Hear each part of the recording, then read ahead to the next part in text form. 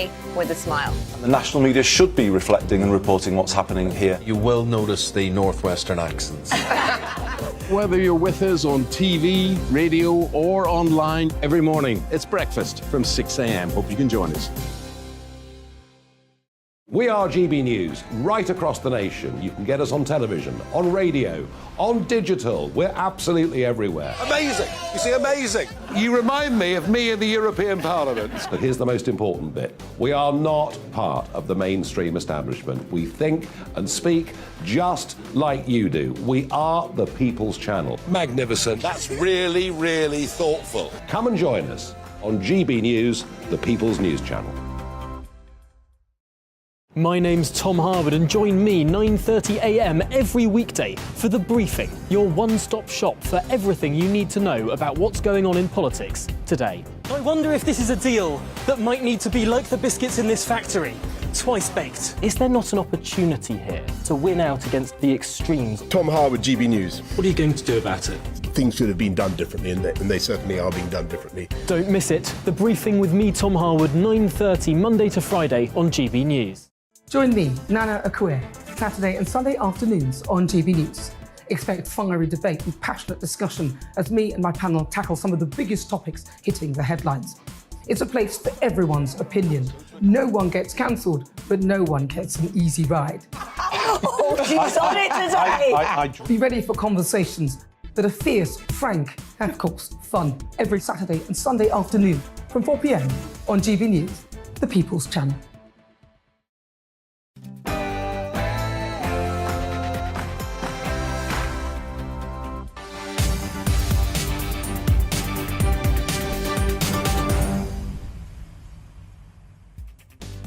Hello, you're watching and listening to Andrew Pearce here on GB News. I'm with you until 2 o'clock. Here's what's coming up in the programme. EU citizens living and working in the UK without a visa, they face the real prospect of arrest. GB News has an exclusive report on immigration officers hunting for illegal foreign workers. Another appalling week for the Metropolitan Police, with the police officer admitting to being a serial rapist. How many bad apples in the force, and how do we get rid of them? And those Elgin marbles, one of the most talked about exhibits in the British Museum. Should we return them to Greece? I'll be talking to the longest-serving culture secretary in Britain, who says they have to go back. Joining me in the next hour will be the broadcaster and psychotherapist Lucy Beresford. And of course, don't forget, you at home, you're a big part of this show. So email me at gbnews@gbnews.uk. That's what's coming up this hour. But first, we're going to get the latest news.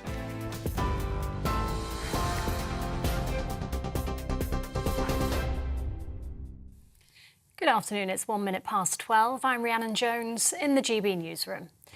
Next month, we'll see the biggest strike action ever to hit the NHS after ambulance workers announced further industrial action in a dispute over pay and staffing.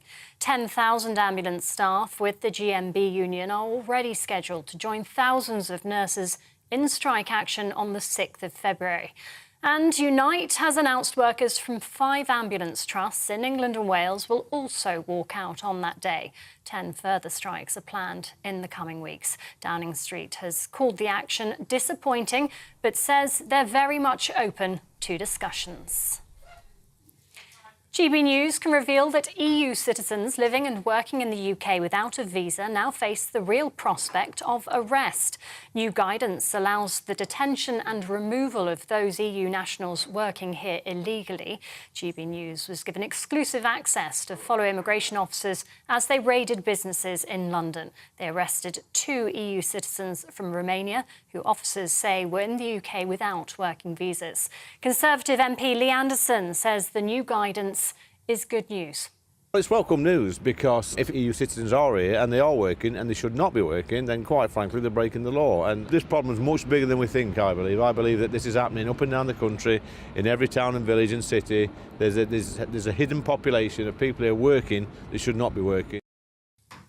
A 19-year-old has pleaded guilty to plotting an Islamist terror attack allegedly targeting police officers or military personnel. Matthew King appeared at the Old Bailey this morning. He's alleged to have carried out surveillance at police stations, railway stations, a magistrate's court and a British Army barracks. Authorities had been tipped off about King through an anti-terrorist hotline after he posted a video on a WhatsApp group. Ukrainian President Volodymyr Zelensky is holding talks with around 50 Western nations, urging them to give more military aid to support their fight against Russia. Kyiv has requested 300 tanks, and Germany is under increasing pressure to provide their Leopard 2 tanks. During the meeting, the US announced a further £2 billion worth of support to Ukraine. US Defence Secretary Lloyd Austin vowed to support the country for as long as it takes. Russia is regrouping, recruiting, and trying to re-equip. This is not a moment to slow down. It's a time to dig deeper. The Ukrainian people are watching us. The Kremlin is watching us. And history is watching us. A new report into England's fire and rescue services says reforms are needed as a matter of urgency. Well, our reporter Will Hollis is in Leicester for us, the location of one of the services that was mentioned in the report. Will, who's behind this report and what exactly has been recommended?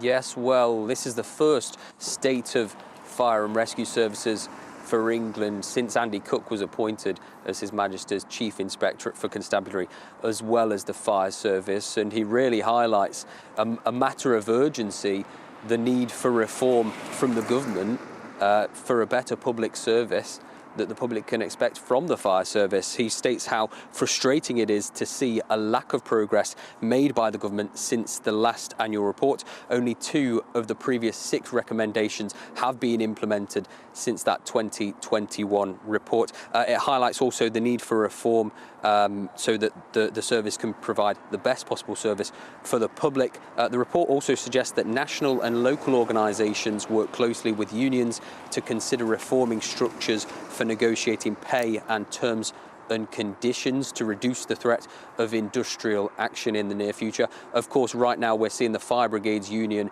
balloting its members ahead of industrial action that we might see by the end of the month. We have, of course, asked the Fire Brigade Union to comment, and we're expecting to hear from them later today. Will, thank you very much. Will Hollis, our East Midlands reporter for us there, live in Leicester. The Home Office says survivors of rape are having significant amounts of their personal records unnecessarily requested by police during investigations. In some cases, records have been used to test the credibility of survivors, which ministers describe as invasive. The government's vowed to change the law to better protect victims, speed up inquiries and restore confidence in the criminal justice system. MP Sarah Dines says often these record requests are irrelevant to the inquiry. Quite often that's people like schools, educational records, even at times counselling records, and these organisations take a long time to respond. It undermines the trust of the rape victim in the process, and as time goes on, sometimes they fall away from the process altogether. No, we don't want that. We want to rebuild trust to make sure that every rape victim is treated fairly and gets to a fair trial in a decent amount of time. And retail sales across the UK have fallen for a second month in a row as customers cut back on spending. The Office for National Statistics says sales dropped by 1% in December, performing far worse than experts had predicted over the vital Christmas period. That's 1.7% lower than pre-COVID levels. Non-food stores were most affected, falling by 2.1%. This is GB News. We'll bring you more as it happens. Now, though, it's back to Andrew.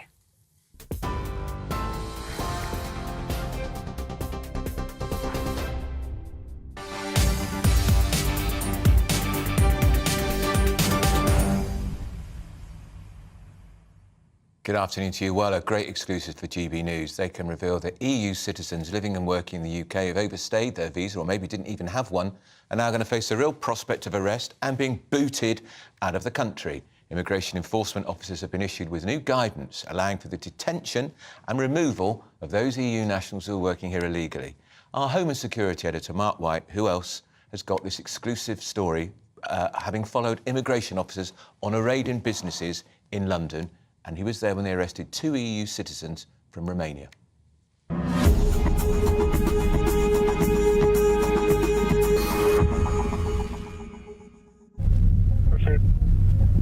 We're on board with immigration officers in South East London. as they prepare to raid several businesses suspected of employing illegal immigrants. Arriving at this skip hire firm, these officers have to move fast if they're to stop their suspects disappearing. Searching all the possible hiding places as they go.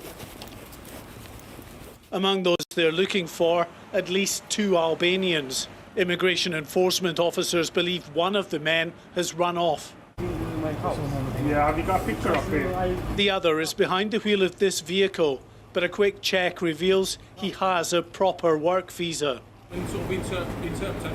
Elsewhere, the rest of the workforce have gathered in this porta cabin as immigration officers check their status. We're going to take you into this room and just speak to you in here, yeah? After speaking to this Romanian, he was placed under arrest on suspicion of working in the UK without a proper visa. The senior immigration enforcement officer here told us they've now been issued with new guidance, allowing for the arrest of EU nationals living and working here illegally. Conservative MP Lee Anderson, who's on the Commons Home Affairs Select Committee, welcomed this apparent change in policy. Well, it's welcome news, because if EU citizens are here and they are working and they should not be working, then quite frankly they're breaking the law. And this problem is much bigger than we think, I believe. I believe that this is happening up and down the country, in every town and village and city. There's a hidden population of people who are working that should not be working. Following Brexit, EU nationals arriving in the UK must have the appropriate visas if they want to live and work here. And although border officials have detained some EU nationals at ports and airports they suspect of planning to work here illegally, those EU citizens already in the UK but working without permission have not been pursued by immigration enforcement until now. At a second nearby business, immigration officers have arrested another Romanian suspected of working illegally. It signals a tougher approach from Rishi Sunak's government after he promised to crack down on those abusing UK immigration laws. But with well over 1 million people suspected of living and working in the illegal economy, these immigration enforcement officers have never been busier. Mark White, GB News, South East London. Well, great story. Joining me on the show now is Ivan Sampson, who's a specialist immigration lawyer. Ivan, good afternoon to you. Good afternoon, Andrew. So this is the government, the Home Office, the Immigration Service, call it what you will, finally doing its job properly. It's the Border Enforcement Agency. If you're an EU national who wants to come and live and work in the UK, post-Brexit, you need to have permission, and that's under what's called a skilled worker visa. The cost of these visas, including legal fees and application fees, for a 3-year visa is about £5,000, and for a 5-year visa, it's about £9,000 per person. On top of that, the employer also has to have a sponsor's license, and the cost of that, including legal fees, is normally around £3,000 to £5,000. So it's prohibitive for employers to employ people in low-skilled jobs to get the skilled worker visa. Plus, your job has to be within the strict codes of the types of jobs in which you can have a visa. So it's hardly surprising that EU nationals are coming across as non-visa nationals and then working illegally. But why do we need low-skilled workers, Ivan, from EU countries? Haven't we got enough here?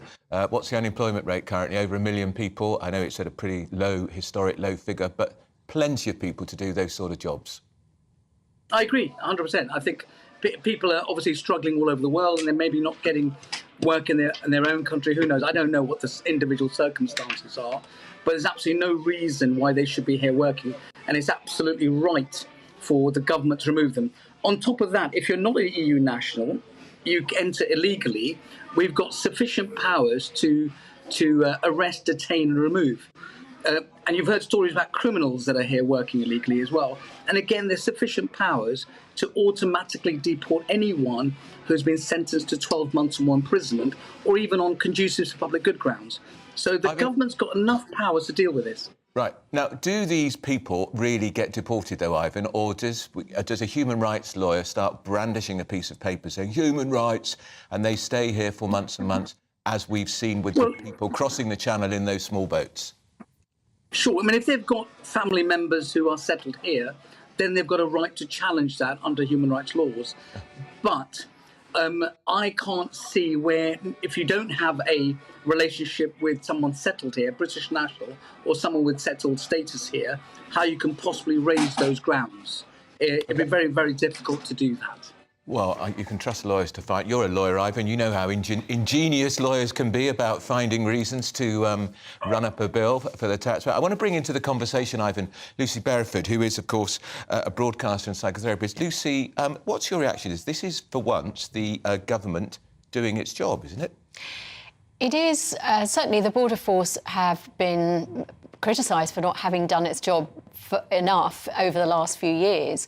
And in your report, it says that they are so busy, but a number of people would say, well, there have been too many people who've been slipping through the net and getting away with it.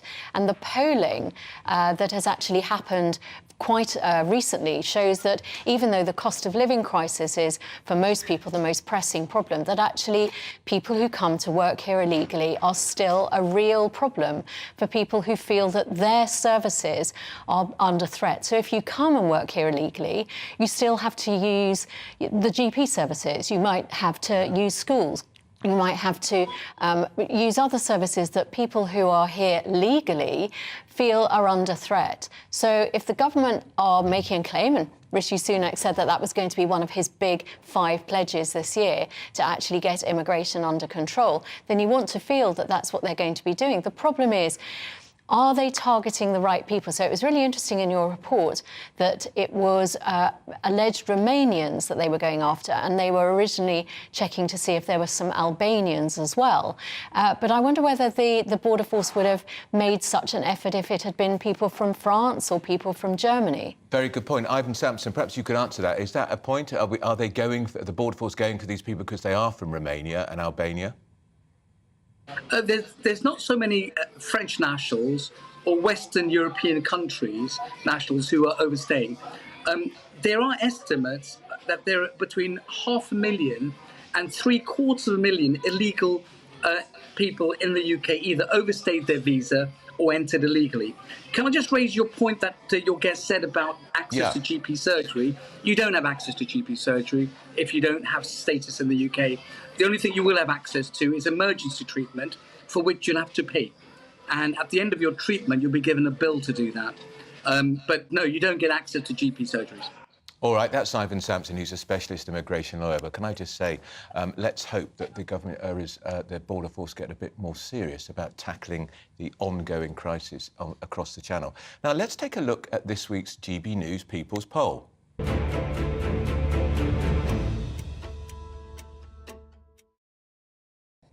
Well, as ever, it's a valuable insight into the state of the nation. And after the government blocked, hurrah, I say, Rishi Sunak, well done, you've done something right, Scotland's gender bill, this will allow 16-year-olds to change their gender after 3 months without any consultation with a doctor. The government has blocked that. We can reveal in the GB News poll 22% of people strongly support the blocking of the legislation compared to 18% who oppose it. But more interestingly, I think the really interesting figure is 61% of people in that poll say that people at the age of 16 are far too young to change their gender.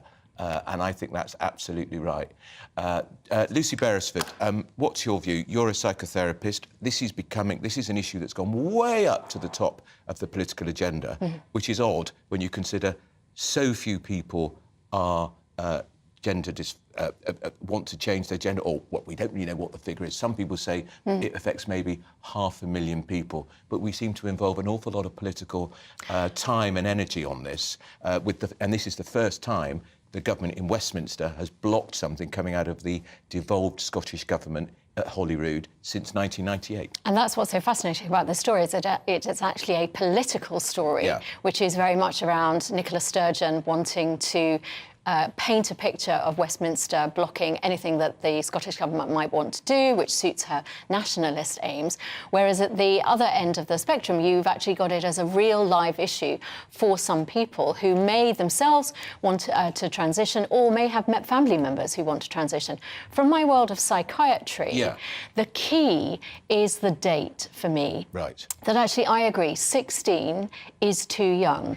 Particularly in the world of psychiatry, what you see is that 18 is a very clear cut-off point. Medication, for example, that is fully licensed for adults is not licensed for anybody under the age of 18. It has to go through different procedures. Similarly, care, inpatient care, you won't have anyone under 18 on the same ward as someone who's over 18. And this recognises that a lot of biological, emotional and hormonal changes are happening during those years of sort of 12 to 18. And in some cases, brain development is happening beyond the age of 18. And when you think that issues around mood, around your sense of identity, your sense of self, and how you feel about who you are, that is in a massive state of flux, and rightly so. You know, who you think you are when you're 6 years old and the people you relate to is going to be very different to who you are when you're 14 and 15. And for me, and for the world of psychiatry in general, we're saying 16 is too young to make that decision in any shape or form, because you just having too much else to cope with physiologically, hormonally and emotionally. So yes, have some kind of bill at some point, although I personally disagree with this bill that the Scottish Parliament want to put through. But certainly 16 is far too young. Lucy Beresford, psychologist, she's speaking from a position of real authority. Why 16 is too young, and I completely agree. And get this, the Labour frontbencher Lisa Nandy says, actually, we should start taking people seriously at the age of 13 if they want to transition.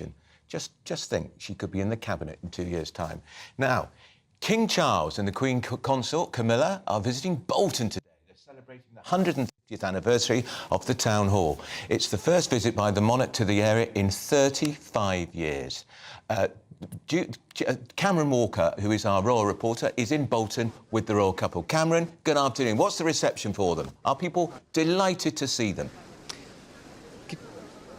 Good afternoon, Andrew. Well, there's definitely a big crowd that's gathering here. Very excited to see the royal couple. It's a busy day of engagements here in Greater Manchester for the King. He arrived via royal train this morning in Manchester. It's the first time he's actually used a royal train since becoming sovereign, as we understand it. He's already undertaken 2 engagements this morning. He's been to GTHQ and he's also visited the Kellogg's factory, of course, a royal warrant holder who provides cereal and breakfast goods to the royal household, and they are celebrating their 100th anniversary of having a presence here in the United Kingdom. But then a little bit later on today, we are expecting the King and Queen Consorts to be here at Bolton Town Hall, marking the 150th anniversary of the official opening of the building. It was the King's great-great-grandfather, Edward VII, when he was the Prince of Wales back in 1873, that officially opened this building. There was a crowd back then, Andrew, of 150,000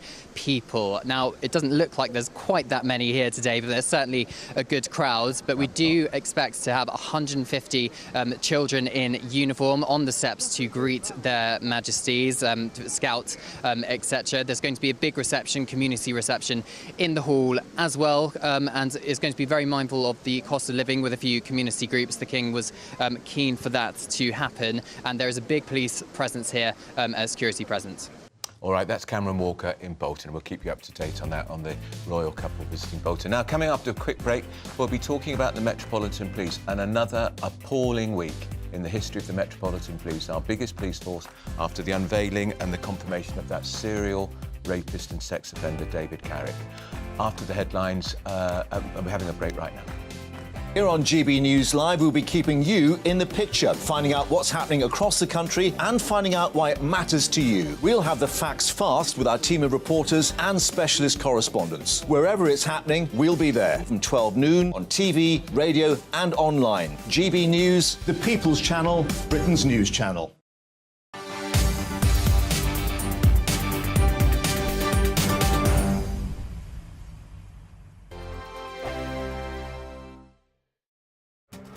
This year on GB News, we've got brand new members in the family. Join us. Across the entire United Kingdom, we cover the issues that matter to you.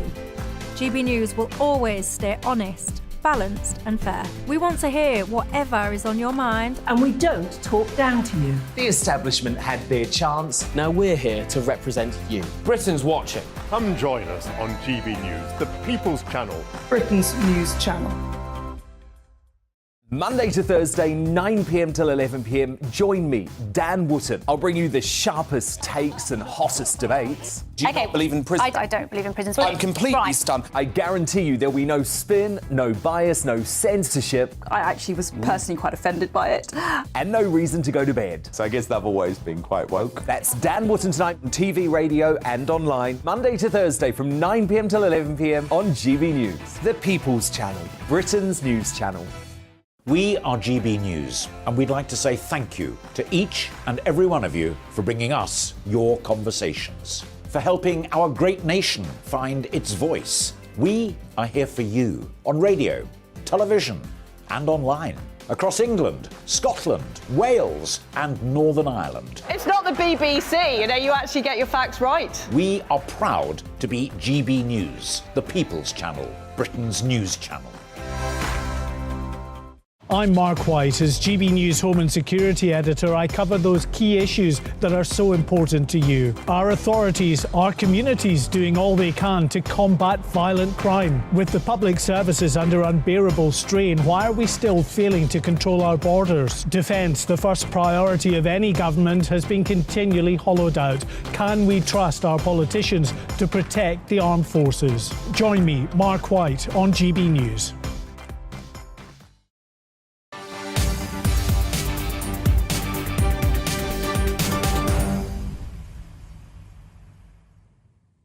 The list of crimes are chilling. David Carrick, who was entrusted to protect senior politicians and members of the royal family, 49 sex offences, including 24 rapes. No wonder the domestic violence charity Refuge has placed 1,071 rotten apples outside Scotland Yard in protest. And let's not forget, just a few years ago, Sarah Everard kidnapped, raped and murdered by a serving police officer, Wayne Couzens. Joining me on the show now is Patsy Stevenson, who is a women's rights activist and writer. And I'm also going to be talking to Di Davis, who's the former head of Royal Protection at Scotland Yard. Good afternoon to you both. If I could start with you first, Patsy. You, of course, were on that vigil for Sarah Everard, which was broken up in the most bizarre circumstances by the Metropolitan Police. Did you think so soon after that we'd be reading about yet another horrific sex monster within the ranks of the Metropolitan Police? I mean, honestly, yes, because it's not shocking to activists that this has happened again. We keep asking them to change. There's so many organisations that are giving them solutions to fix this stuff, and they're not listening, they're not changing. All we've had is empty promises for years. And look, yet again, another story's come out. It's not a surprise. What are those solutions? I personally think at the moment I was leaning towards, complete reform, radical, like from scratch, start again. It doesn't work. But at the moment, I mean, a lot of people have been talking about abolishment of the police. And listen, I don't know enough to comment and say that that's definitely the solution, but I don't know what else they can do at this point. Abolishing the police won't make the streets safer, surely, Patsy. Can I ask you, as a woman, how safe do you feel walking the streets? And if a police officer in uniform approached you, maybe flashed his warrant card at you, which we know was Carrick's calling card to try to woo women into his home, would you trust that police officer? Definitely not. I mean, I don't think many women would at the moment. That's one of the issues. They haven't got trust because they've shown us time and time again that we can't trust them. So I have been approached, in the past few months by police officers just to try and chat with me. I don't know if they recognise me or not, but, it feels very odd that they're trying to talk to me. And I just walk the other way. Even if I was in a dangerous situation, I wouldn't go up to a police officer. I think that would make it worse. Di Davis, that's the real problem here, isn't it, in how much trust in the police has plummeted. Women will no longer trust a police officer because what happened with Wayne Couzens and now with David Carrick. And you've got people like Patsy Stevenson saying perhaps the only answer is to abolish the police and start again. Well, my heart goes out to all the victims, and I, for one moment, don't condone any criminality by any police officer. But we have to remember there are 43,000 in London, and to label them all as either racists, murderers, and all the rest of it is simply wrong. My son is a police sergeant. A number of my friends are still in the police force. They are decent people, and to everybody cast them as a rotten barrel is wrong. I appreciate a great deal needs to be done, and I have a number of radical solutions I could put forward to you. Well, let's hear them, Di. Well, the first and foremost, there is a discipline code and there's an ethical code. What I would do from next month, every single officer in the Met and in the police force should sign a legal document saying that he or she aids and abets, counsels or procures the commission of any offence, any homophobic offence, any racist, you would make yourself liable to instant dismissal.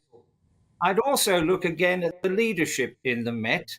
I can remember where Sir Robert Mark came down from a Leicester constabulary. He cleared out a lot. I am not convinced that the current commissioner is the right man. He may be part of the problem, not the solution. I could go on for hours. I just want to ask you one specific point about Carrick. What is shocking to me reading this, he was only vetted once in 16 years, and yet there were 9 different occasions when serious allegations were made against him. Still only vetted once in 16 years. And we heard Cressida Dick, the rather discredited former Metropolitan Police Commissioner, talking about how it would never happen again after Wayne Couzens and Sarah Everard. Just days later, this terrible man was accused again of a rape. He wasn't even suspended, Di. I agree with you, and part of the investigation into this whole matter and any other officer accused of serious offences should involve those who are tasked, one, with carrying out the searches on these people, and secondly, who allowed him to get into the DPG, Diplomatic Protection Group, without being vetting. Firearms officers should, and in my day, and I was a firearms officer, we were vetted to the hilt. When I took command of royalty protection, you wouldn't believe how many references I had to provide. That should be part of the investigation. But I also called for a royal commission. The last royal commission was in 1960 and reported in 62. It is time that we had a royal commission. The police at 2 a.m. are virtually, apart from the fire and occasionally the ambulance these days, are the only service there. The demands on them are huge. And also, I would like to add, the police are a reflection of the society we live. And if you look per rata, there are 650-odd MPs. If you take their numbers that are corrupt, who have caused and attacked women, are we saying that every man in every organisation should be sacked? No, per rata, I say again, 43,000 in the Met, 140,000 in the country. Most of them, men and women, are decent. I hear you. We'd like to spend more time on that, but we've got to go to news. That's Di Davis, former head of the Royal Protection Squad, and Patsy Stevenson, an activist.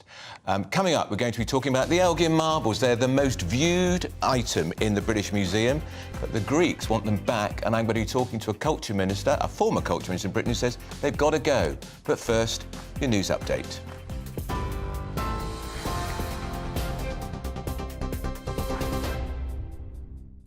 Good afternoon, it's 12:32. I'm Rhiannon Jones in the GB newsroom. Downing Street has called the planned NHS strikes disappointing after ambulance workers announced further industrial action in a dispute over pay and staffing. 10,000 ambulance staff with the GMB union are already scheduled to join thousands of nurses in strike action on the 6th of February. Unite has now announced workers from 5 ambulance trusts in England and Wales will also walk out on that day. 10 further strikes are planned in the coming weeks. Downing Street says the government remains very much open to discussions. GB News can reveal that EU citizens living and working in the UK without a visa now face the real prospect of arrest. New guidance allows the detention and removal of those EU nationals working here illegally. GB News was given exclusive access to follow immigration officers as they raided businesses in London. They arrested 2 EU citizens from Romania who officers say were in the UK without work visas. A 19-year-old has pleaded guilty to plotting an Islamist terror attack allegedly targeting police officers or military personnel. Matthew King appeared at the Old Bailey this morning. He's alleged to have carried out surveillance at police stations, railway stations, a magistrate's court and a British Army barracks. Authorities had been tipped off about King through an anti-terrorist hotline after he posted a video on a WhatsApp group. Ukrainian President Volodymyr Zelensky is holding talks with around 50 Western nations, urging them for more military aid to support their fight against Russia. Kyiv has requested 300 battle tanks, and Germany is under increasing pressure to provide their Leopard 2 tanks. During the meeting, the US announced a further £2 billion worth of support to Ukraine. And the Home Office says survivors of rape are having significant amounts of their personal records unnecessarily requested by police during investigations. In some cases, records have been used to test the credibility of survivors, which ministers describe as invasive. The government's vowed to change the law to better protect victims, speed up inquiries and restore confidence in the criminal justice system. TV, online and DAB+ radio, this is GB News. Don't go anywhere. Andrew will be back in just a moment.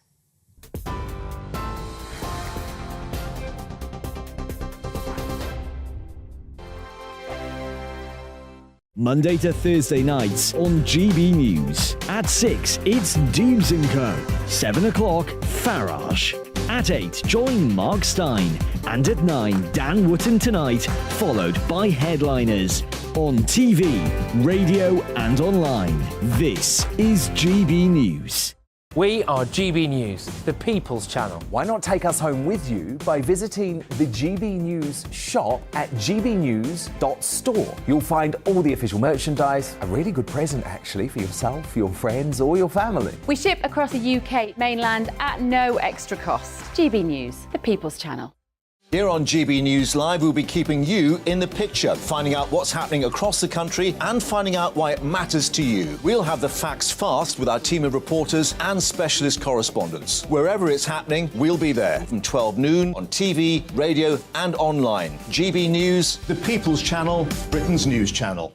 Monday to Thursday on GB News, it's Bev Turner Today from 10 a.m. We're going to be here for you, our GB News family, to keep you up to date, but also make you smile. The guy went from puberty to adultery. And I can't wait to bring a few of my own opinions. I have no time for cultural totalitarianism. We'll engage in passionate, but always polite debate, with your thoughts and opinions at the centre of it all. Only on GB News, the People's Channel, Britain's news channel.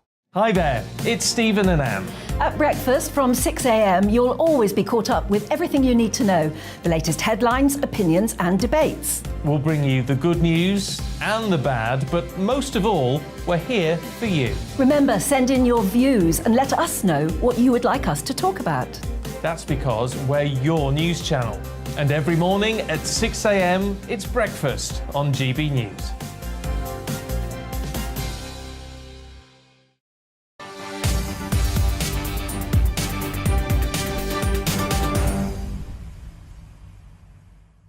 Well, on at my studio guest, Lucy Beresford, thinks about the response of our former police officer to the crisis. Could you hear the steam coming out of my ears? Yeah, so basically what really annoyed me was him trying to say that it's only a few bad apples. Yeah. And as in many relationships, there is one person who perpetrates things, but there is another person who enables that to happen.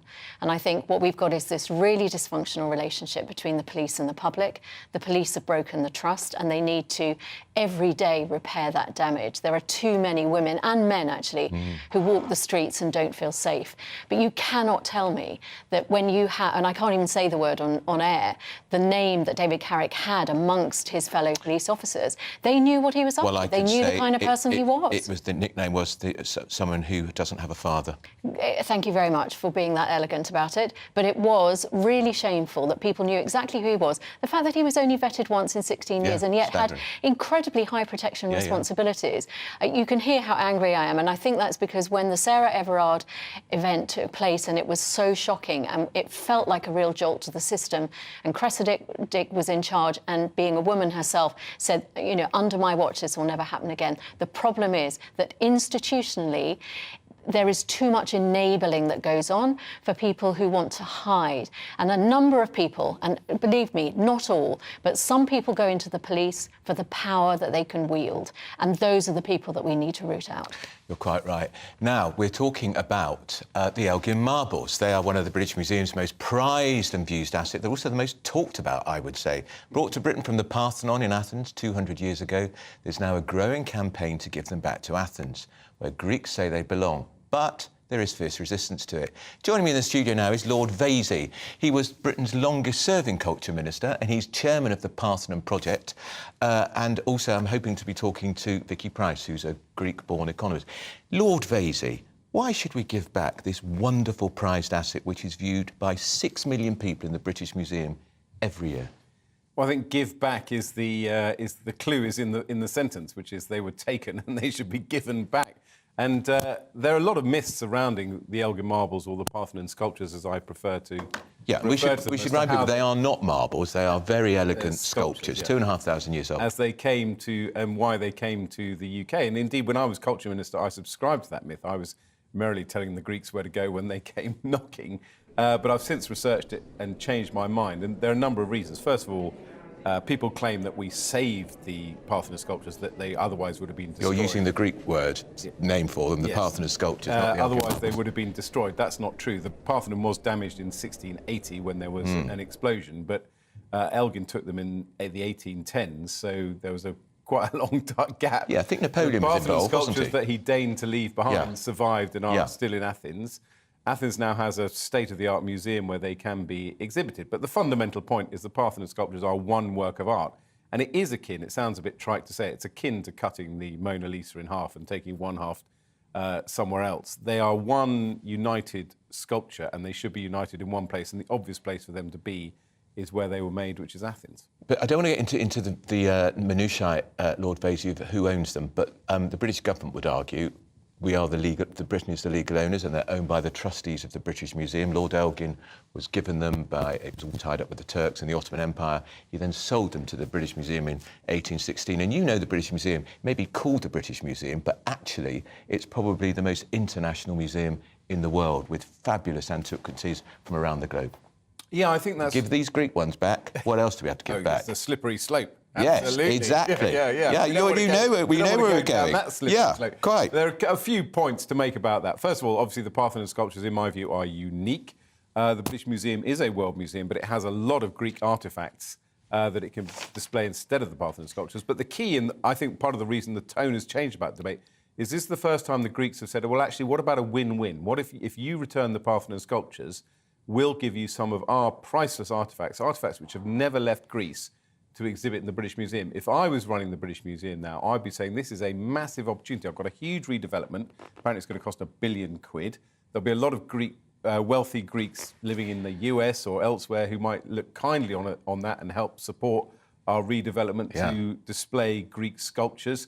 And we'll get some incredible objects from the Greeks, which will actually pull in potentially more punters who will come and see these unique objects displayed for the first time in London. Now, your mate George Osborne, who was, of course, the Chancellor, he's the chairman of the trustees of the British Museum, and we know he's met the Greek Prime Minister to talk about this, and he's keen to have a loan scheme. So, as you say, we give them back on loan, they give us something on loan. But Dr. Dimitri Michalopoulos, forgive me if I pronounce that incorrectly, he's a former director of the Athens City Museum, he's saying, don't give them back, because they'll never come back to Britain. And he argues, he says, I'm fairly acquainted with Greek museums. I'm convinced the Elgin marbles are better preserved in a British museum than a Greek one. That's a Greek museum director pouring real doubt on whether the Greek government would look after them properly. Well, it's one man's opinion. I don't agree with him. I mean, in fact, he is Greek and he's very cultured. and he's ran a very important museum in Athens. That is true, but one Greek rejecting gifts does not clinch the argument. And it's arguable how well the British Museum looked after them. Of course, Juvine, who built the gallery where they're now housed, who was a bit of a dodgy character in and of itself, had them cleaned. So they were sparkling white. They were like a sort of laundry detergent advert. So it's arguable how well they've been looked after. But in any event, we should be big enough as a country in the 21st century to say, we've had them for 200 years, we have looked after them, but now is the time to give them back. And let's have a cultural partnership where we get some incredible objects from Greece. And what do you think is going to happen? Boris Johnson was never a fan of giving them back. It's Rishi one of those Sunak's things given where no you view. think we're kind of 90% there and you might just stall on the last 10%. I mean, you have said, let's not get into the minutiae of ownership. Ownership is the biggest block. And to be fair, there'll be just as much Greek public opinion which will say we don't want them back as a loan, we don't want them back unless they're being given back, so that could block the deal. But I think there's more goodwill and there's more imagination around this issue now than there ever has been. So I want to keep the momentum going. I don't know what the final result will be, and I don't think it's going to happen overnight by any stretch. We've got Greek elections in May, for example, so nothing's going to happen before then. But you've got the key players in place and some great ideas. I think we've got Vicky Price now, who's a Greek-born economist. Vicky Price, are you with us? I am. I can Vicky, hear you and see you, so... Very good to see you. Now, you've been listening to the discussion. As a Greek person, do you feel outraged that the Elgin marbles, or the Parthenon sculptures, as Lord Vasey calls them, are a great exhibit in the British Museum? I don't feel outraged at all, of course, because, you know, I've gone and seen them here, and, of course, I have visited the replicas in Athens as well. And, you know, everyone marvels about, you know, what the Greeks did all those thousands of years ago, and it was a fantastic construction. But I do believe, and I do agree entirely with what Lord Vasey has been saying, that it's about time they get returned. Now, the British Museum, of course, is bound by law not to send anything back unless the government agrees. So there is a bit of diplomacy that needs to take place to allow for them to do so. But I think the mood is changing, and the interesting thing about the British public, which of course, you know, has had some say in all this, in the sense that, you know, they go and watch and see those marbles alongside lots of tourists. They have been polled in a recent YouGov poll, and 54% of them say they should be returned, which is quite surprising. Only about 20% say they don't want them to be returned, and loads of others are quite undecided about it. But the majority seem to think they should go back. I visited that new Acropolis Museum, Vicky, and the curator was telling me every time you put a shovel in a street in Greece, you can unearth often an extraordinary antiquity. How do the Parthenon marbles, or the Parthenon sculptures, or the Elgin marbles rate, in your view, in the great Parthenon of historic items in that museum in Athens?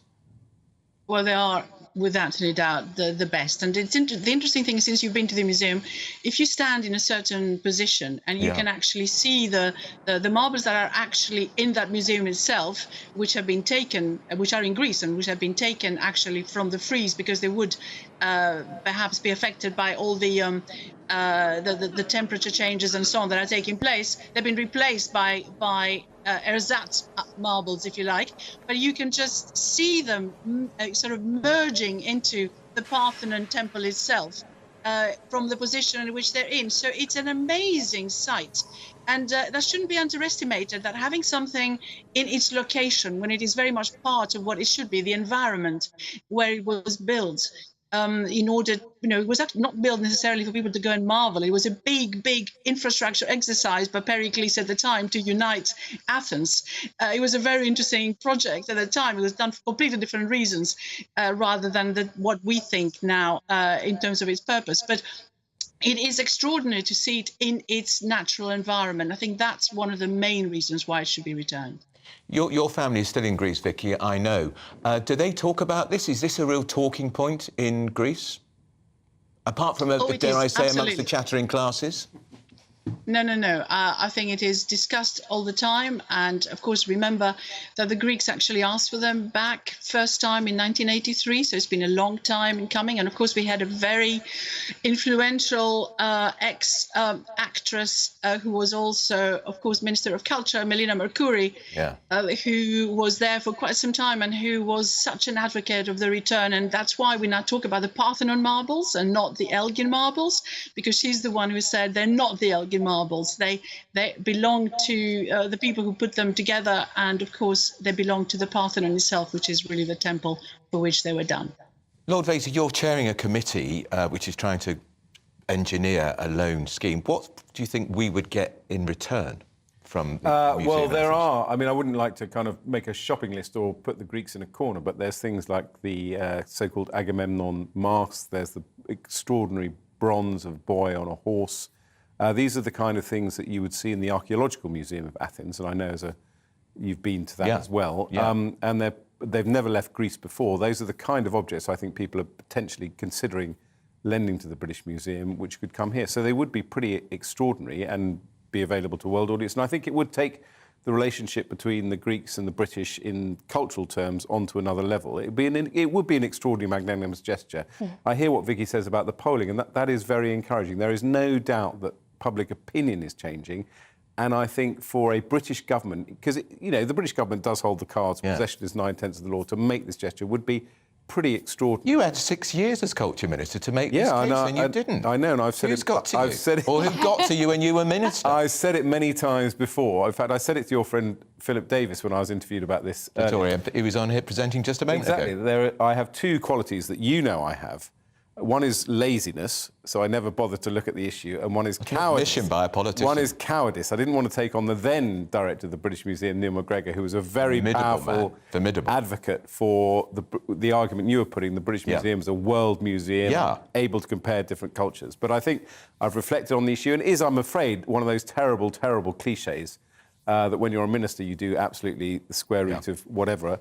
But once you're free to speak your mind, you completely change your opinion. I'm going to bring Lucy Beresford in here. Lucy Beresford is a psychotherapist. I'm tempted to ask you what you make about a Going politician. on in my I'm tempted head. to ask you about what is happening in this politics. Isn't that the point? Maybe, I don't know you're a fan of the Elgin marbles or not, but how is it that this man is having this confession, this Paul on the road to Damascus conversion? It's his Jacinda Ardern moment. Yes, exactly. I've just run out. I am vulnerable. There's nothing left. Do we need to see more of this amongst politicians? Well, that is what people were saying after Jacinda Ardern's announcement to step down, citing her vulnerability, actually. And I think people would be more welcome to think that their politicians were being more transparent, more authentic. Authenticity is a very big thing. And if you're watching Love Island... anything. Exactly. That's what they're talking about on Love Island. That would be how to connect with the public. Ed wants to get on Love Island. I know it's not going to happen. Lord Vasey, I should say. What I should have said is that this is the best 10 minutes of my life. He's been the most polite to me he's been in 20 years, and to have it for 10 minutes forcing him to call me Lord Vasey. Yeah, I'm not going to call you Lord Vasey. I'm going to bring Vicky Price back into the conversation. Vicky, whose family lives in Greece and is Greek, of course. Interesting that Lord Vasey admitted when he was a culture minister, he was just cowardly. But the current culture minister, who's Lord Vasey's going to remind me who it is, Michelle Donnellan is the culture secretary. No, she has been quite clear they should stay here. Well, it's really rather interesting because I was listening to the interview that she gave, and she referred to the marbles, the Parthenon marbles, as being part of the British culture. And that's why they can't go, which, I have to say, I was slightly shocked.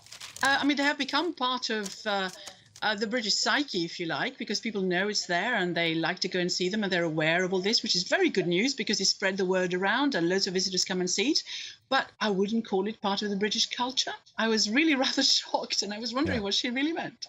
Let me share with you what Lord Vasey mentioned it. Neil McGregor, who was the very formidable and very respected director of the British Museum between 2002 and 2015, said, defending keeping these sculptures here, he said, the museum remains a unique repository of the achievements of human endeavour, and there is no culture, past or present, that is not represented within its walls. It's truly the memory of mankind. These sculptures are part of mankind. That's why they should stay. Yeah, there are kind of two arguments running there. I mean, it's interesting that Vicky picked up on what Michelle Donnellan said. I do think, actually, Michelle Donnellan did have a part, and that's, to a certain extent, where you can have this win-win, that the Greeks can respect the fact that actually having the Parthenon sculptures in the British Museum had a huge influence on British culture at the time. And the second point is to say that the sculptures are no longer linked to the Parthenon.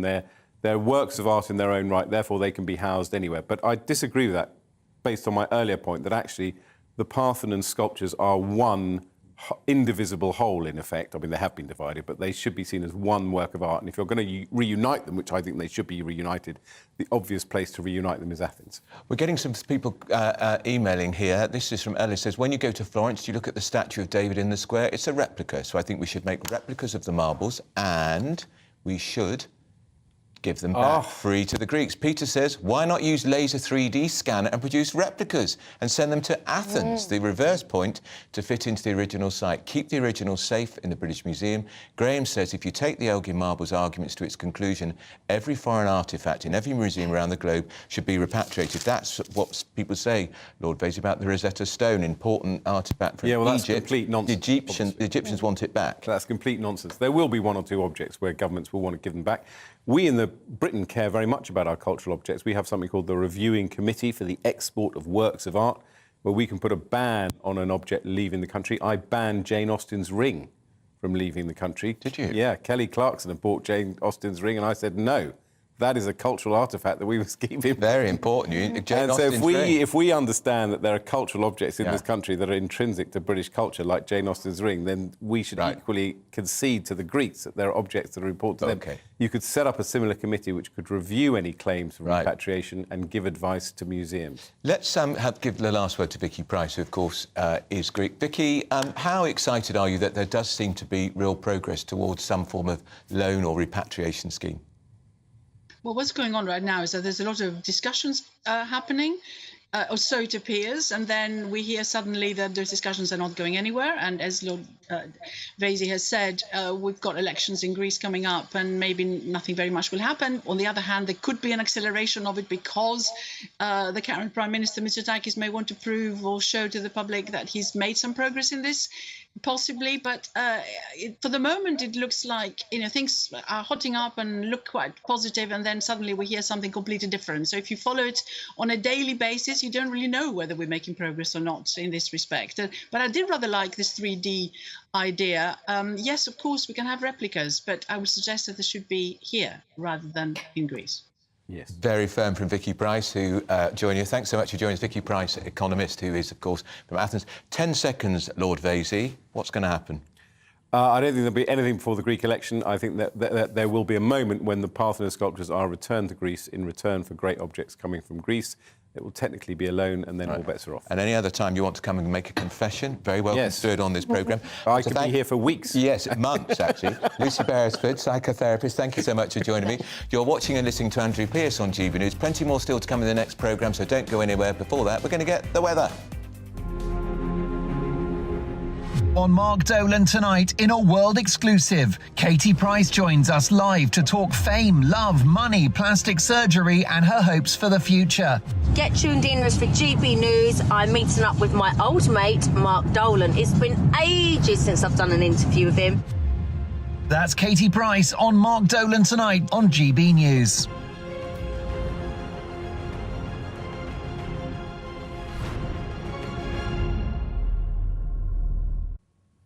Hello, I'm Aidan McGibbon from the Met Office. It's still cold out there, widespread frost as we started the day, but it's a sunny day for most, with fewer showers and lighter winds compared with recent days. What we've got at the moment is a transition period.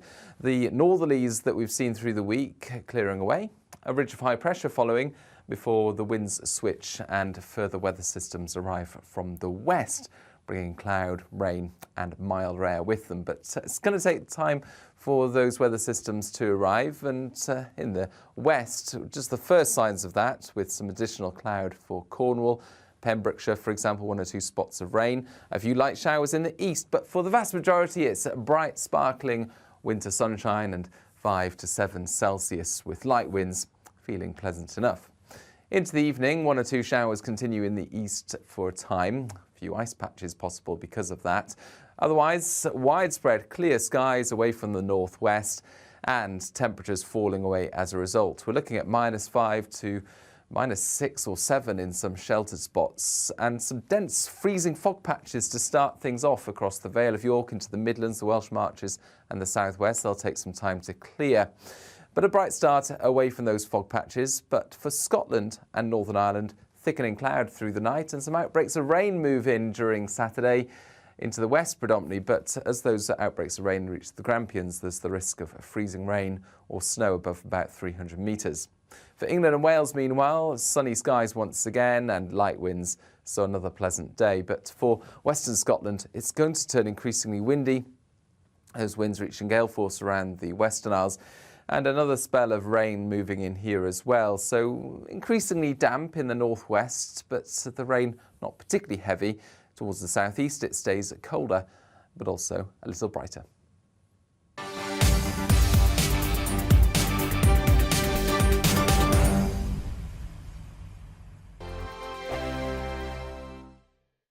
Every morning from 6 o'clock, we'll wake you up with GB News Breakfast with all the stories you didn't know from the night before. So whether it's serious news, entertainment, or your own views from all over our great nation, we're here to kick off your day with a smile. The national media should be reflecting and reporting what's happening here. You will notice the northwestern accents.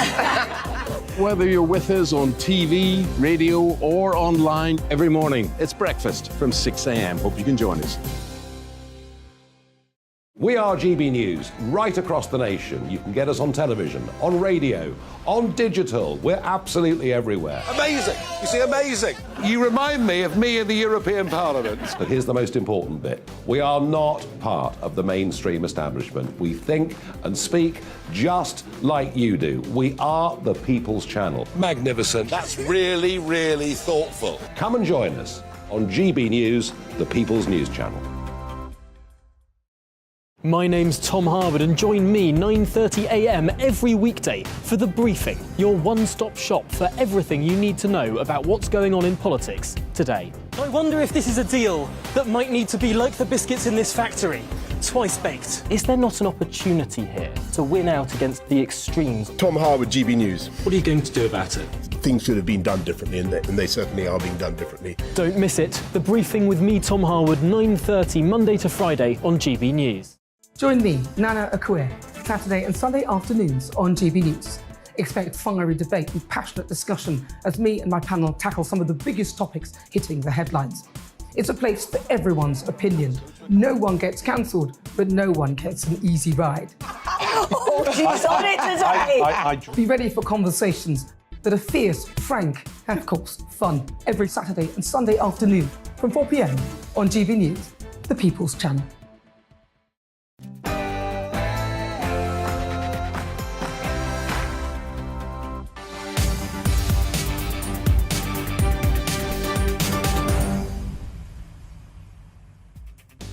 Hello, it's just gone 1 o'clock. This is Andrew Pearce here on GB News. This is what's coming up in the next hour. The latest JB News People's poll showing 22% of the public strongly support the government blocking that controversial legislation in Scotland, all to do with young people changing their gender. 61%, of course, oppose it completely. Bishops of the Church of England for the first time are proposing that same-sex couples, goody, they can have a blessing in the church for their civil marriage or civil partnership. And they're also apologising for hurts to the LGBT community. I'm asking, is it worth the paper it's written on? And should teachers receive anti-racism training? A survey for the Centre for Mental Health and the Not So Micro campaign finds 94% think anti-racism training should be given to all school staff. I'll be talking about that. And following the outrage over his piece about Meghan Markle, is Jeremy Clarkson the latest victim of cancel culture, or should he be? I'll be discussing this with the sketch writer and columnist Madeline Grant. Digesting all this with me for the next hour, former BBC apprenticeship candidate, he's a bit of a media personality as well, isn't he? Columnist Ryan Mark Parsons. And don't forget, of course, you at home are an important part of this show, so email me at gbviews@gbnews.uk and I'll put your points of view to those I speak to. That's what's coming up in the next hour, but first, the latest news.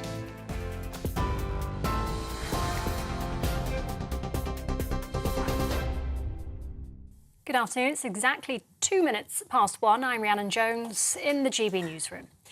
Next month, we'll see the biggest strike action ever to hit the NHS after ambulance workers announced further industrial action in a dispute over pay and staffing. 10,000 ambulance staff with the GMB union are already scheduled to join thousands of nurses in strike action on the 6th of February. And this morning, Unite announced workers from 5 ambulance trusts in England, Wales and Northern Ireland will also walk out on that day, with 10 further strikes planned in the coming weeks. Downing Street has called the action disappointing, but says they're very much open to discussions. GB News can reveal that EU citizens living and working in the UK without a visa now face the real prospect of arrest. New guidance allows the detention and removal of those EU nationals working here illegally. GB News was given exclusive access to follow immigration officers as they raided businesses in London. They arrested 2 EU citizens from Romania who officers say were in the UK without work visas. A 19-year-old has pleaded guilty to plotting an Islamist terror attack allegedly targeting police officers or military personnel. Matthew King appeared at the Old Bailey this morning. He's alleged to have carried out surveillance at police stations, railway stations, a magistrate's court and a British Army barracks. Authorities had been tipped off about King through an anti-terrorist hotline after he posted a video on WhatsApp. Meanwhile, counter-terror police have arrested a man after a suspicious package was found on a maternity wing in Leeds, sparking an evacuation. Police say emergency services, including a bomb disposal unit, were called to St James's this morning. A cordon is currently in place around the hospital as a precautionary measure, and people are being asked to avoid the entrance. Ukrainian President Volodymyr Zelensky is holding talks with around 50 Western nations, urging them to give more military aid to support their fight against Russia. Kyiv has requested 300 tanks, and Germany's under increasing pressure to provide their highly regarded Leopard 2 tanks. During the meeting, the US announced a further £2 billion worth of support to Ukraine. US Defence Secretary Lloyd Austin has vowed to support the country for as long as it takes. Russia is regrouping, recruiting, and trying to re-equip. This is not a moment to slow down. It's a time to dig deeper. The Ukrainian people are watching us. The Kremlin is watching us. And history is watching us. Now, a new report into England's fire and rescue services says reforms are needed as a matter of urgency. Our reporter Will Hollis is in Leicester for us, the location of one of the services mentioned in that report. Will, who's behind this report and what's been recommended exactly? Yes, well, this is the first state of fire and rescue service by Andy Cook since he was appointed as the Chief Inspectorate of His Majesty's Inspectorate for Fire and Rescue Service, as well as the Constabulary, and it takes all of the investigations, all of the inspections of the 44 different fire services in England and compiles it together. Of course, last year he looked back and referenced the fact that fire services had to tackle with floods as well as cost of living crisis and the impact that that has on the financial pressures that fire services face. But the big thing that we're hearing loud and clear from this report is how frustrating the Inspectorate finds it that the government has made such a lack of progress since the last report in 2021. Only 2 of the previous 6 recommendations made in the last report have been implemented. Now, what he says right now is that the government needs to address as a matter of urgency reforms inside of the fire service if it is to provide the best possible service for the public. Of course, it also highlights things like industrial action. Right now, the Fire Brigade Union is balloting its members, and we expect to know by the end of January if firefighters will be going on strike. Well, thank you. Potential more strike then. Will Hollis there for us, our East Midlands reporter live in Leicester. The Home Office says survivors of rape are having significant amounts of their personal records unnecessarily requested by police during investigations. In some cases, records have been used to test the credibility of survivors, which ministers describe as invasive. The government's vowed to change the law to better protect victims, speed up inquiries and restore confidence in the criminal justice system. MP Sarah Dine says often these record requests are irrelevant to the inquiry. Quite often that's people like schools, educational records, even at times counselling records. And these organisations take a long time to respond. It undermines the trust of the rape victim in the process. And as time goes on, sometimes they fall away from the process altogether. No, we don't want that. We want to rebuild trust to make sure that every rape victim is treated fairly and gets to a fair trial in a decent amount of time. And retail sales across the UK have fallen for a second month in a row as customers cut back on spending. The Office for National Statistics says sales dropped by 1% in December, performing far worse than experts had predicted over the vital Christmas period. That's 1.7% lower than pre-COVID levels. Non-food stores were most affected, falling by 2.1%. This is GB News. We'll bring you more as it happens. Now, though, it's back to Andrew.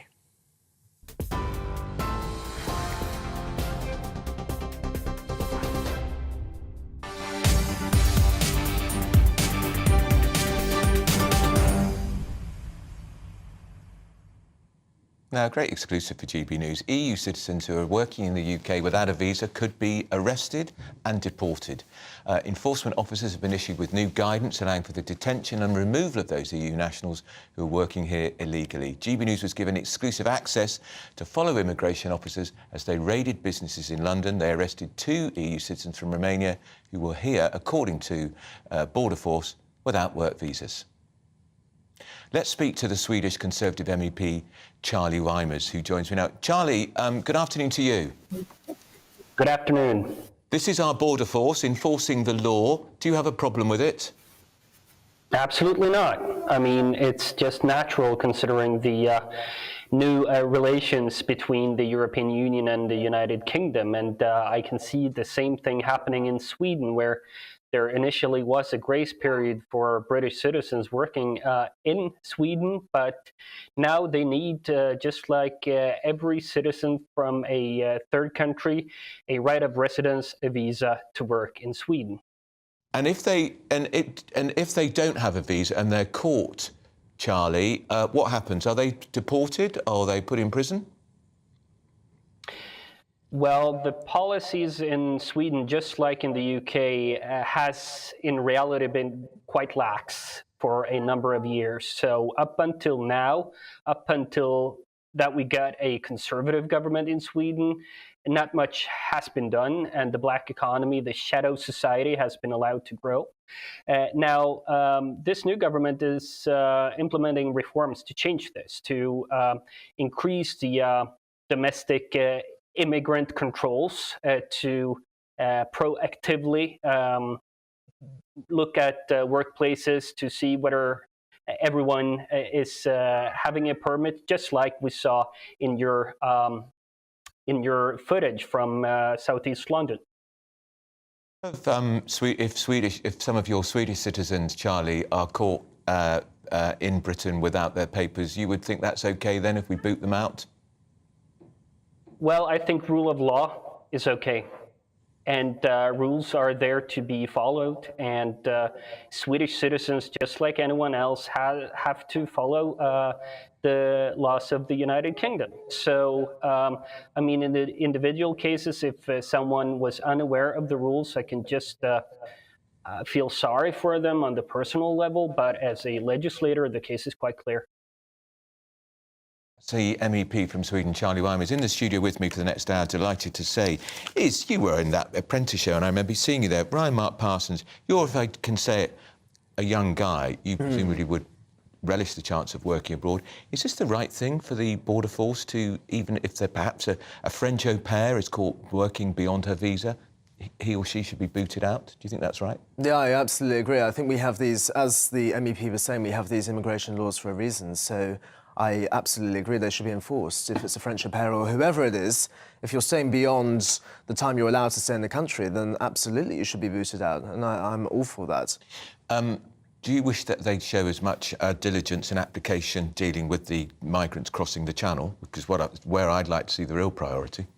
Absolutely, and I think not enough, as you said, is being directed on that crisis. I think we're talking about all of these other issues, but what's happening in Dover? We're having all of these crossings, and the French aren't doing anything about it, and I think that's shameful. Yeah, well, you're listening to Andrew Pearce here on GB News. Now, we're turning to the latest GB News People's poll. 61% of people in that poll disagree with the idea of allowing 16-year-olds to change their gender after 3 months without any medical involvement. Rishi Sunak's government this week said it will block the Scottish bill. It was put to the Secretary of State for Scotland, Alistair Jack, on GB News earlier today. He was asked about it. And he actually... There was an instrument called Section 35, and as you rightly point out, it's never been used before. But it was there for a purpose, and the purpose was when the Scottish Government passed legislation that had an adverse impact on other GB-wide legislation, and in this case it's the 2010 Equalities Act. And for that reason, I looked at the legal opinion that was given to me, and I took the decision to use a Section 35 order. What the impacts are is around increasing the cohort who can go forward. We think the balance is right with the Gender Recognition Act we have at the moment, the 2004 Act. But what this did was it increased the cohort dramatically. And it's not about genuine trans people. They absolutely have our support. It is about the wrong uns, if you like. It's about the bad faith actors, those of a predatory nature, to reduce the bar to 3 months of self-ID with no third-party verification is a very low bar, and that will increase the number of people who can abuse the system. And then, of course, that takes you into what the impact is on. And the impact is on, as I put in my statement of reasons, it's around women's safe places, whether it's in women associations, sports clubs, changing rooms, refuges for victims of domestic abuse, single-sex schools. The list of things is endless, but it's about protecting those places. We think that the threshold has been lowered, and that obviously is an adverse impact on the Equality Act. The Scottish Secretary, Alistair Jack, speaking to GB News earlier. GB News political reporter Olivia Utley's in the studio with me. Olivia, 61% in that poll. I'm surprised it's only 61%. Think 16 is far too young. But interestingly, there's no overwhelming majority for people to supporting Rishi Sunak's decision to block the bill. No, it's very interesting, this, because Rishi Sunak, essentially, when it got to this point, had very little choice but to block the bill. The bill was quite clearly at odds with the UK-wide Equalities Act.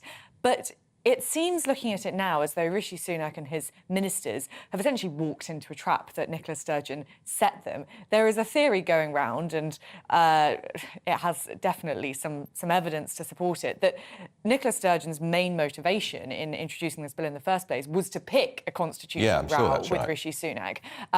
Only 30 people change their genders legally in Scotland each year, and that's expected to go up to about 250 people if this bill goes through. But we're talking about very, very small numbers here. So the theory is that rather than being that concerned about this tiny number of Scottish trans people, she wanted to create this big legal issue and then turn this bill into a question of Scottish democracy, turn it into, look, doesn't matter what you think about changing gender, Westminster is trying to block a law that was agreed by a majority in Holyrood, therefore you have to vote independence to get rid of these guys. It seems to have been her game.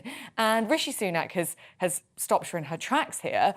But it's a bit of a Pyrrhic victory for him, because in the UK, people aren't particularly interested. There's a remarkable ambivalence, really. As you say, 61% think that 16 is too young, but most people don't really have that strong opinions either way, don't quite understand what the bill's about. So the news agenda is all about this issue, which Rishi Sunak doesn't have a huge amount of control over and isn't a big vote winner for the Conservatives. Let's bring Ryan Mark Parsons to this. What do you think? Is 16 too young for somebody to say, I want to change my gender without any reference to a GP? They can change it within, according to the law in Scotland, it's going to change. If you live in the opposite gender for 6 months, then you can change your gender. No, I totally agree. I think 16 is too young. You're still a child. I think where it was before at 18, well, where it is currently, I think is the age it should be. And I'm concerned that, as the Scottish Secretary was saying, that bad faith actors might actually use this to their advantage and actually abuse the rights of women. That's what I'm concerned about. So I'm all for trans people. I'm a trans advocate, but I'm concerned that people might be nefarious and use this bill, if it does pass in Scotland, to their advantage. An unscrupulous male who's now defining as a woman to go into a woman's only changing room, for instance. Well, exactly, yeah. Designated spaces just for women. Yeah. I feel like people that are changing their gender, because this bill would propose that if you are living in your acquired sex for 3 months, actually, I was reading, that it's then accepted instead of the 2 years, which it is at the moment. And also for the gender recognition certificates, the bill is proposing that it would change from 18 to 16. And as I said, I think 16 is far too young. And I think it's actually to a detriment of women as well. Can I ask you, being of a younger generation, how many people in your social set, mates, friends, family, do you know who are troubled about their gender, are talking about the fact that they think perhaps they're in the wrong body? I mean, I'm 22. People my age, I have a couple of friends that have spoken about it. I think it's definitely, those discussions are more prevalent now because you hear about it all the time, and I think there's perhaps a bit more of an acceptability about those types of conversations. But I wouldn't say the majority of my friends are talking about it. But I think it's good that we're having these discussions, but I think there needs to be an age at which you can actually formally decide to change your gender or to have it certified in law. And I think the age should be 18 as an adult, not 16. Sure.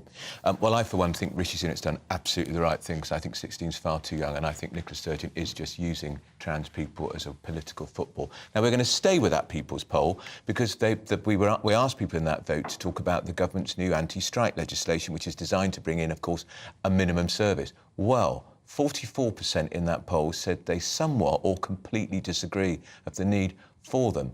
I can speak now to I can speak now to Olivia Utley, who's with me in the studio. Olivia, I'm surprised by that, because I thought there'd be pretty strong support for it. There was a YouGov poll about a week ago in The Times, which put it about 53, 54%, about 31% against. But here, no mandate again for the government. Is Rishi Sunak getting everything wrong? Well, it does feel a little bit like that at the moment when you think about his absolute PR nightmare yesterday. Oh, why doesn't somebody tell us to put a seatbelt on? How many advisors have you got? Well, exactly. And, yeah, you've got these sort of unforced errors coming out again and again. And then on issues like the strikes, as you say, I mean, a couple of months ago, it looked as though support for the strikers was going down month on month. Each month, new poll came out suggesting that support was lower than it had been the month before. But now Rishi Sunak has sort of gone nuclear with this anti-strike law, which, let's remember, the government is repeating, and there is lots of evidence for this, that actually it's not that nuclear, it's just would bring Britain into line with France and Germany, etc. But the public isn't particularly supportive of it. Now, is that because the public is essentially split on the type of strikers and how much they support them? What it seems has happened now is support has sort of ebbed away for the rail strikers as people get more and more fed up with not being able to get their trains to work, and as people see more statistics on what some of the higher paid rail workers earn. But support for nurses and ambulance workers doesn't seem to be shrinking at all, and people blame the government when their relative doesn't get picked up when they have a horrible fall, not the strikers themselves. So again, more bad news for the Prime Minister. Well, I think he has to stick to his guns on that too, so maybe I'm reading it wrong too. That was Olivia Utley, GBNews political reporter. Now we can speak with Mark Lehane, who's Head of Education at the Centre for Policy Studies, because, Mark, we're talking about anti-racism in schools and teachers saying that there's not enough proper training. What's your view about this? Well, I think, and thanks for having me on this afternoon, I think it's one of those things teachers really need to tread a very, very, very careful line. They're there to teach, not to preach. And I think if they do cross that line, then it's only right that families and parents do worry about it and are able to pick it up with the school and take it on from there. What about the strikes, Mark? The teachers going on strike again. I think during the pandemic, schools in Britain were closed more than any other country in Europe, apart from Italy. Not much of a credit for the Department of Education and the teaching unions. I was a teacher and head teacher for 15 years. I was a trade union rep in my first school. So, I've been there, seen it, done it. But I do worry that the strikes now are the wrong move for the wrong reason at the wrong time. It's the wrong move because right now we should be coming together. Everybody is experiencing the cost of living pressures. We've all been through COVID. And when we should be coming together, these strikes are actually very divisive. As you've already mentioned, the strikes themselves weren't massively supported by teachers. Less than half of the National Education Union members actually voted for the strike. So I worry that the strikes will split staff rooms, will split head teachers from their staff, and potentially even pitch schools against their communities. It's the wrong reason because although teachers are less well paid than they were maybe a few years ago, relatively speaking, they're still pretty well paid. The average teacher's pay and pension altogether is over £50,000 a year, which is not bad compared to the average man or woman on the street. And in terms of timing, as you already intimated, we've just been through COVID. The kids' learning has been affected so much. For them to have more disrupted learning, it's just really, really sad. And what a nightmare for parents, Mark. They had to come to grips with online teaching during the pandemic. They've now got to work out who's going to look after the children if they're working parents during this latest strike. And if you're a child at the lower end of the income scale, almost certainly your education was more adversely affected during the pandemic. And the same will happen again. And, of course, we know some vulnerable kids, they're safe in school. And I hate to say it, they're not as safe in some occasions at home. Yeah, I mean, listen, this is really going to disrupt lots and lots of families. Not only will they have the hassle of trying to keep their children learning if they're at home, lots of parents won't have the kind of flexibility that maybe I've got where I can work from home and supervise my children. Lots of parents are going to have to take time off work and potentially lose income. And this is in the middle of a cost of living crisis where quite well-paid teachers and other public sector professionals might be causing other families to lose income. And that's why I worry that these strikes, not only being the wrong thing for children, I think they're the wrong thing for the profession. Teaching is, I think, the fourth or fifth most trusted profession in the country. I worry that these strikes may end up creating a backlash against teaching and damaging the reputation of teaching. And given that we have a shortage of people coming into the profession, we want to be doing everything we can to boost the reputation of teaching, not doing something that might damage it. Just finally, Mark, we've got this enormous problem with the coordinated strikes next month in February. Do you fear that perhaps the teaching unions are part of some concerted campaign by the trade unions to actually cause as much grief as possible for the Conservative government? It would appear that there is an awful lot of coordination going on between the trade unions. 1st of February, we're going to see an awful lot of different sectors, an awful lot of different workers walking out. If the aim is to create the maximum amount of chaos, I guess it's because the unions think it's going to look really bad on the government and potentially going to cause them damage. My hunch is, though, as we've seen with polling, where initially public support was quite pro the train drivers going on strike, the latest polls show that now that people have experienced a disruption, they're much less supportive. I think the same is going to happen with other sectors, other professions as they go on strike.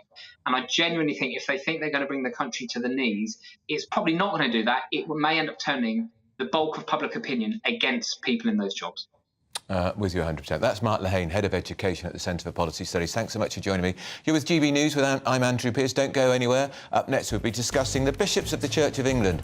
They are going to allow same-sex couples, if they're in a civil partnership, to have God's blessing in church. And they're also apologising for hurts to the gay community. I think gay community really cares what these bishops are saying. I'll ask you after that, after a quick break. On Mark Dolan tonight, in a world exclusive, Katie Price joins us live to talk fame, love, money, plastic surgery and her hopes for the future. Get tuned in for GB News. I'm meeting up with my old mate, Mark Dolan. It's been ages since I've done an interview with him. That's Katie Price on Mark Dolan tonight on GB News.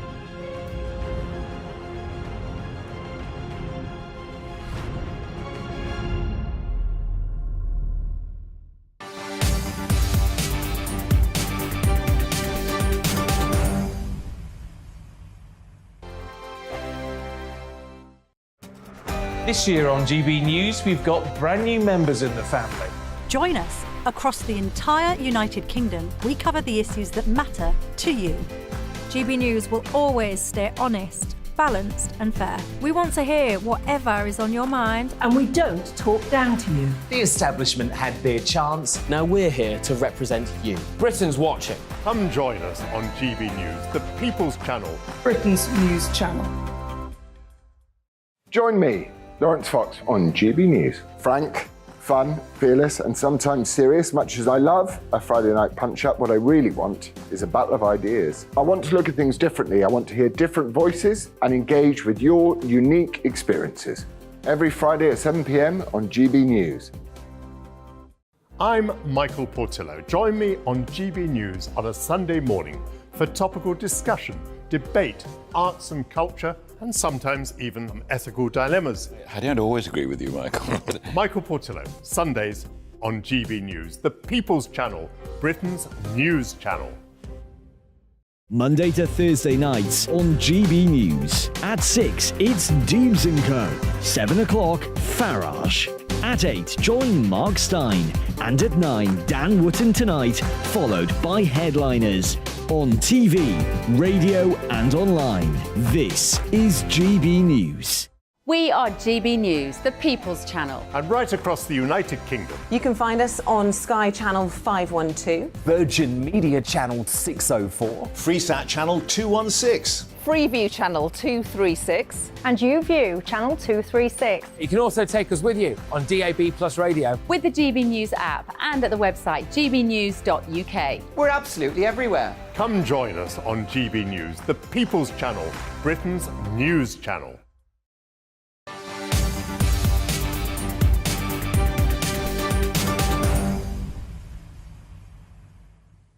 You're watching and listening to Andrew Pierce here on GB News. Now, bishops of the Church of England have made a big step forward, they think. For the first time, after 6 years of consultation, they're going to allow same-sex couples, if they've been in a civil partnership, to go to church to have a blessing for their civil marriage. But the idea of gay couples having a wedding ceremony in church is still verboten. So the Church think they've made a big step forward. I'm going to speak now to Reverend Dr. Ian Paul, who's a member of the General Synod and the Archbishop's Council of the Church of England. If I could, Reverend Paul, this has to be approved by the General Synod. I think it's a rather interesting position, isn't it? Because the Church of England is now saying they will enable a blessing for a couple in a civil partnership, but it really doesn't approve of civil partnerships, really, unless, of course, the couple in the civil partnership are celibate. And I'm not sure how you're ever going to know that. Well, Andrew, it's actually quite complicated. In fact, what the bishops are now doing is offering something which doesn't have to be approved in synod, and I'm not sure yet exactly how it's going to be presented. And certainly one or two of the bishops have said quite publicly, we're going to be commending these prayers, synod's going to be asked about them, but we're going to use them come what may. So I think part of the complication here is that the bishops have decided that they're actually going to bypass synod in the decision-making process. I think a bigger complication when you actually read the document is that it's entirely incoherent and contradictory. I mean, as you've suggested, that on the one hand, there's a statement saying we can now bless these relationships. On the other hand, the bishops have said that the doctrine of the church is not changing. Well, the doctrine of the church at the moment is that the only place for sexual intimacy is in marriage between one man and one woman. So it's quite difficult to understand how those two comments in the same document actually make any sense together. And of course, and it's also not going to be compulsory, I understand, on vicars. If a vicar doesn't want to do a blessing, if they don't agree with it, they don't have to. But the difficulty with that is it seems to make believing in the doctrine of the church optional for clergy, which is quite an unusual approach. So, I mean, you know, when you're ordained, you take vows. You take vows that you will uphold the teaching of the church, that you will to pass it on to others. You'll pass on the faith entire, that you will fashion your own life according to the doctrine and teaching of the church as we've received it, as part of the Church Catholic, rooted and grounded in Scripture. The Church of England says that quite explicitly. So how the bishops can now propose that it's a choice as to whether or not you believe the teaching of the church as clergy, it just seems to me to be very strange, a very strange approach. It's a cop-out, isn't it, after 6 years, Reverend Paul? That's it? An optional right to have a blessing? I wouldn't say... Well, it's not so much a cop-out, it's an attempt at compromise. But the difficulty is that it's not possible to compromise on whether or not you believe in the church's doctrine of marriage. I mean, other churches around the world have kind of attempted what they think has been a compromise, but it's never been a compromise. It's always been something that ends up with churches dividing. It ends up with churches collapsing. I mean, if you look at the church in Wales, the Scottish Episcopal Church, the Episcopal Church in America, every single one of them who's either begun to or has implemented changes in their understanding of marriage, every single one of them, the attendance at church is plummeted, because if people see a church that doesn't actually believe its own doctrine, they think, well, what's the point? Thank you. That's Reverend Dr. Ian Paul, member of the General Synod and the Archbishop's Council of the Church of England. I'm going to bring in my studio guest, Ryan Mark Parsons. Ryan Mark Parsons, what a complete dog's breakfast. So we still don't recognise, we accept civil partnerships as long as the couple aren't having sex. How on earth do they know if the couple are having sex? It's ridiculous. You can have a blessing, but only if the vicar approves. If the vicar doesn't approve, you can't. And by the way, if you think you can get married in at our churches, you can't. What's your view? I mean, as you said, I think it's ridiculous in the sense that you have to get an approval from the vicar to even have a blessing. But I even think the idea of that is really condescending and quite patronising for gay couples who are looking to get married, and the best the Church of England can offer is an approval, well, a blessing based on the approval of a vicar. I think it's ridiculous. I honestly think it's ridiculous, and it's not really a progression in my eyes after 6 years of consultations amongst all of these bishops. And I think the Bishop of Oxford actually spoke out about the teachings of the Church of England and how that should change. But for some of the bishops, a part of the synod, who have claimed it's evolutionary, I don't think it's at all evolutionary. I think it's really archaic, actually. And I think more should be done to have a bit more acceptance for gay couples. I'm gay, and I think hearing this disheartens me, especially because I'm religious as well. This doesn't fill me with much confidence at all. No. Well, we've got two gay people in the studio. Well, I'm in a civil partnership, actually, and I didn't need the church to bless it, and I think this is a complete mess by the Church of England, and another great triumph for the Justin Welby, the Archbishop of Canterbury. He's only too busy whittering on about a number of asylum seekers coming to Britain. You're listening to Andrew Pierce here on GB News. Plenty more still to come in the final half hour of the programme. My guest is staying here with me in the studio and asking, should teachers receive compulsory anti-racism training? Now look, should Jeremy Clarkson, you know what he wrote about Meghan Markle? I don't like her, but should she be cancelled? All this to come, but first, your news update.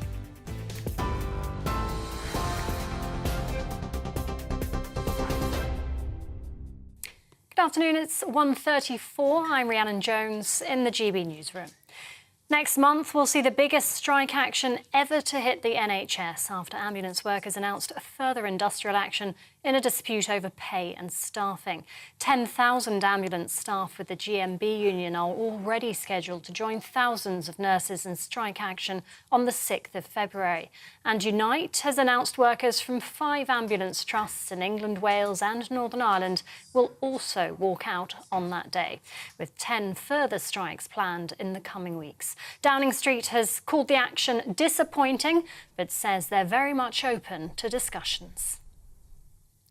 GB News can reveal that EU citizens living and working in the UK without a visa now face the real prospect of arrest. New guidance allows the detention and removal of those EU nationals working here illegally. GB News was given exclusive access to follow immigration officers as they raided businesses in London. They arrested 2 EU citizens from Romania, who officers say were in the UK without work visas. A 19-year-old has pleaded guilty to plotting an Islamist terror attack allegedly targeting police officers or military personnel. Matthew King appeared at the Old Bailey this morning. He's alleged to have carried out surveillance at police stations, railway stations, a magistrate's court and a British Army barracks. Authorities had been tipped off about King through an anti-terrorist hotline after he posted a video on a WhatsApp group. And Ukrainian President Volodymyr Zelensky has held talks with around 50 Western nations, urging them to give more military aid to support their fight against Russia. Kyiv has requested 300 tanks, including Germany's highly regarded Leopard 2s. Germany's defence minister says they're ready to move quickly should an agreement be reached with their allies. TV, online and DAB Plus radio, this is GB News. Don't go anywhere. Andrew will be back in just a moment.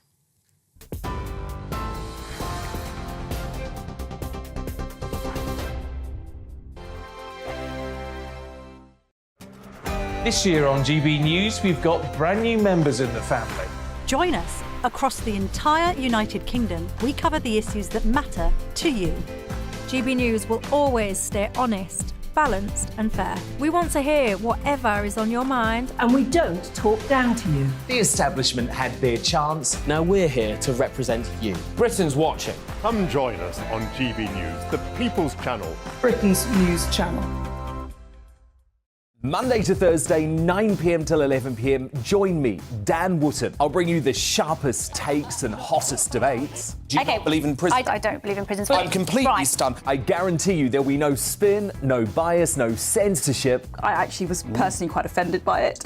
And no reason to go to bed. So I guess they've always been quite woke. That's Dan Wootton tonight on TV, radio and online. Monday to Thursday from 9 p.m. till 11 p.m. on GB News. The People's Channel, Britain's news channel. We are GB News, and we'd like to say thank you to each and every one of you for bringing us your conversations, for helping our great nation find its voice. We are here for you on radio, television, and online, across England, Scotland, Wales, and Northern Ireland. It's not the BBC, you actually get your facts right. We are proud to be GB News, the People's Channel, Britain's news channel. I'm Mark White. As GB News Home and Security Editor, I cover those key issues that are so important to you. Our authorities, our communities doing all they can to combat violent crime. With the public services under unbearable strain, why are we still failing to control our borders? Defence, the first priority of any government, has been continually hollowed out. Can we trust our politicians to protect the armed forces? Join me, Mark White, on GB News.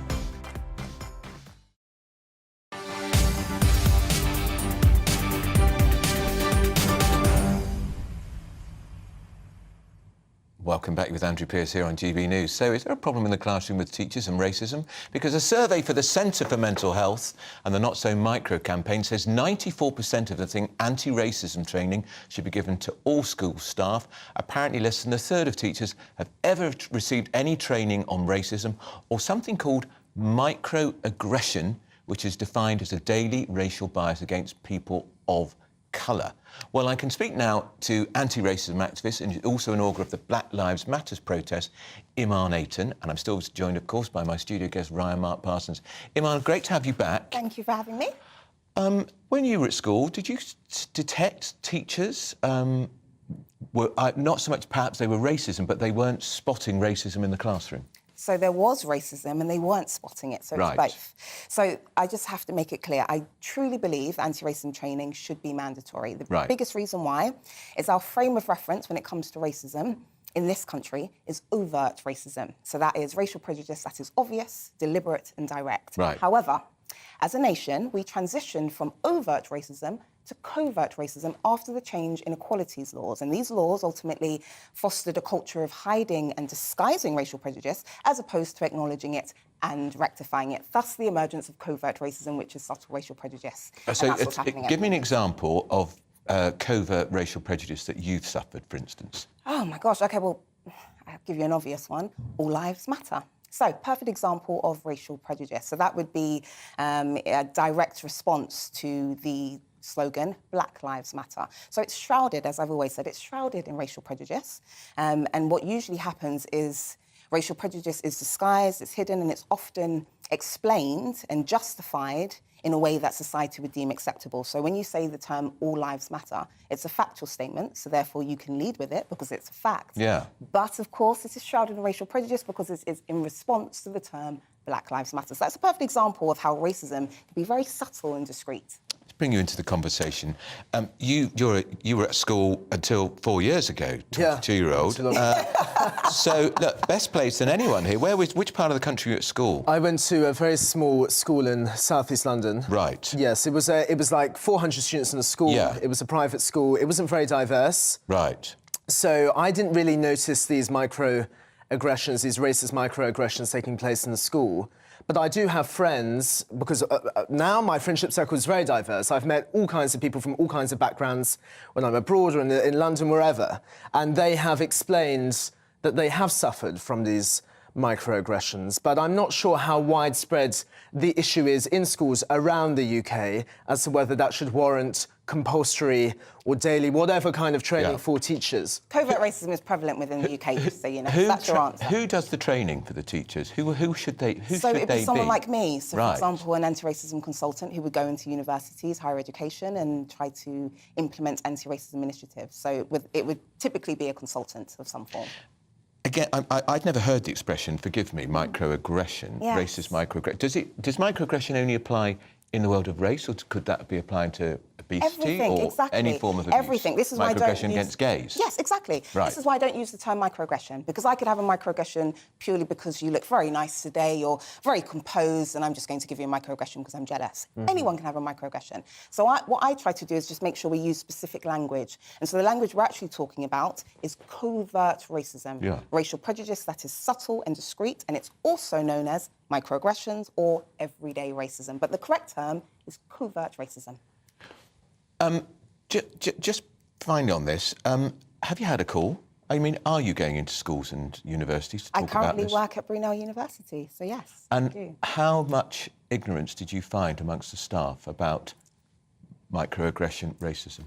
I think it's the general consensus is that the frame of reference when thinking about racism is obvious, deliberate and direct. So we think of the term N-word, anything really derogatory. That's when we think about racism. But in actual fact, we shifted a long time ago. Racism is no longer obvious and deliberate. It's actually quite subtle, discreet, and can be unintentional. And that is the current racism that is prevalent in society. That's what we're dealing with. Last word to you, Ryan Mark. By the way, would you take the knee? Have you taken the knee?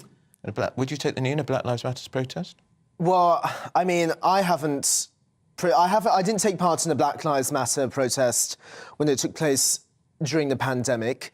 I have a lot of friends that are black. I support, you know, stamping out racism. And Which is what taking the knee is, just so you know. It started from Martin Luther King, not Black Lives Matter. And I appreciate what you're saying in terms of covert racism and how that's prevalent around the UK. And are you glad to see that people like Iman are in our universities? Absolutely. I think there should be further... Well, I mean, she's fabulous, but I do think there should be further education. And I think that's a great thing. All right. Can't complain. That's Iman Ayton. She's going to be back, I'm sure, no doubt, and on more than one occasion. Now, today, very interesting story. A group of soldiers are going to finish their 100-mile march to Babsmoor Lake in Solihull. They're led by Sergeant Brad Hawkins. They're members from the Royal Hussars. They've been walking from their base in Tidworth to Birmingham. They're raising money for Birmingham's Children's Hospital and to remember those 4 boys. Do you remember that terrible tragedy who lost their lives in the lake just over a month ago? We're going to cross now to GB News West Midlands reporter Jack Carson, who's been following the event.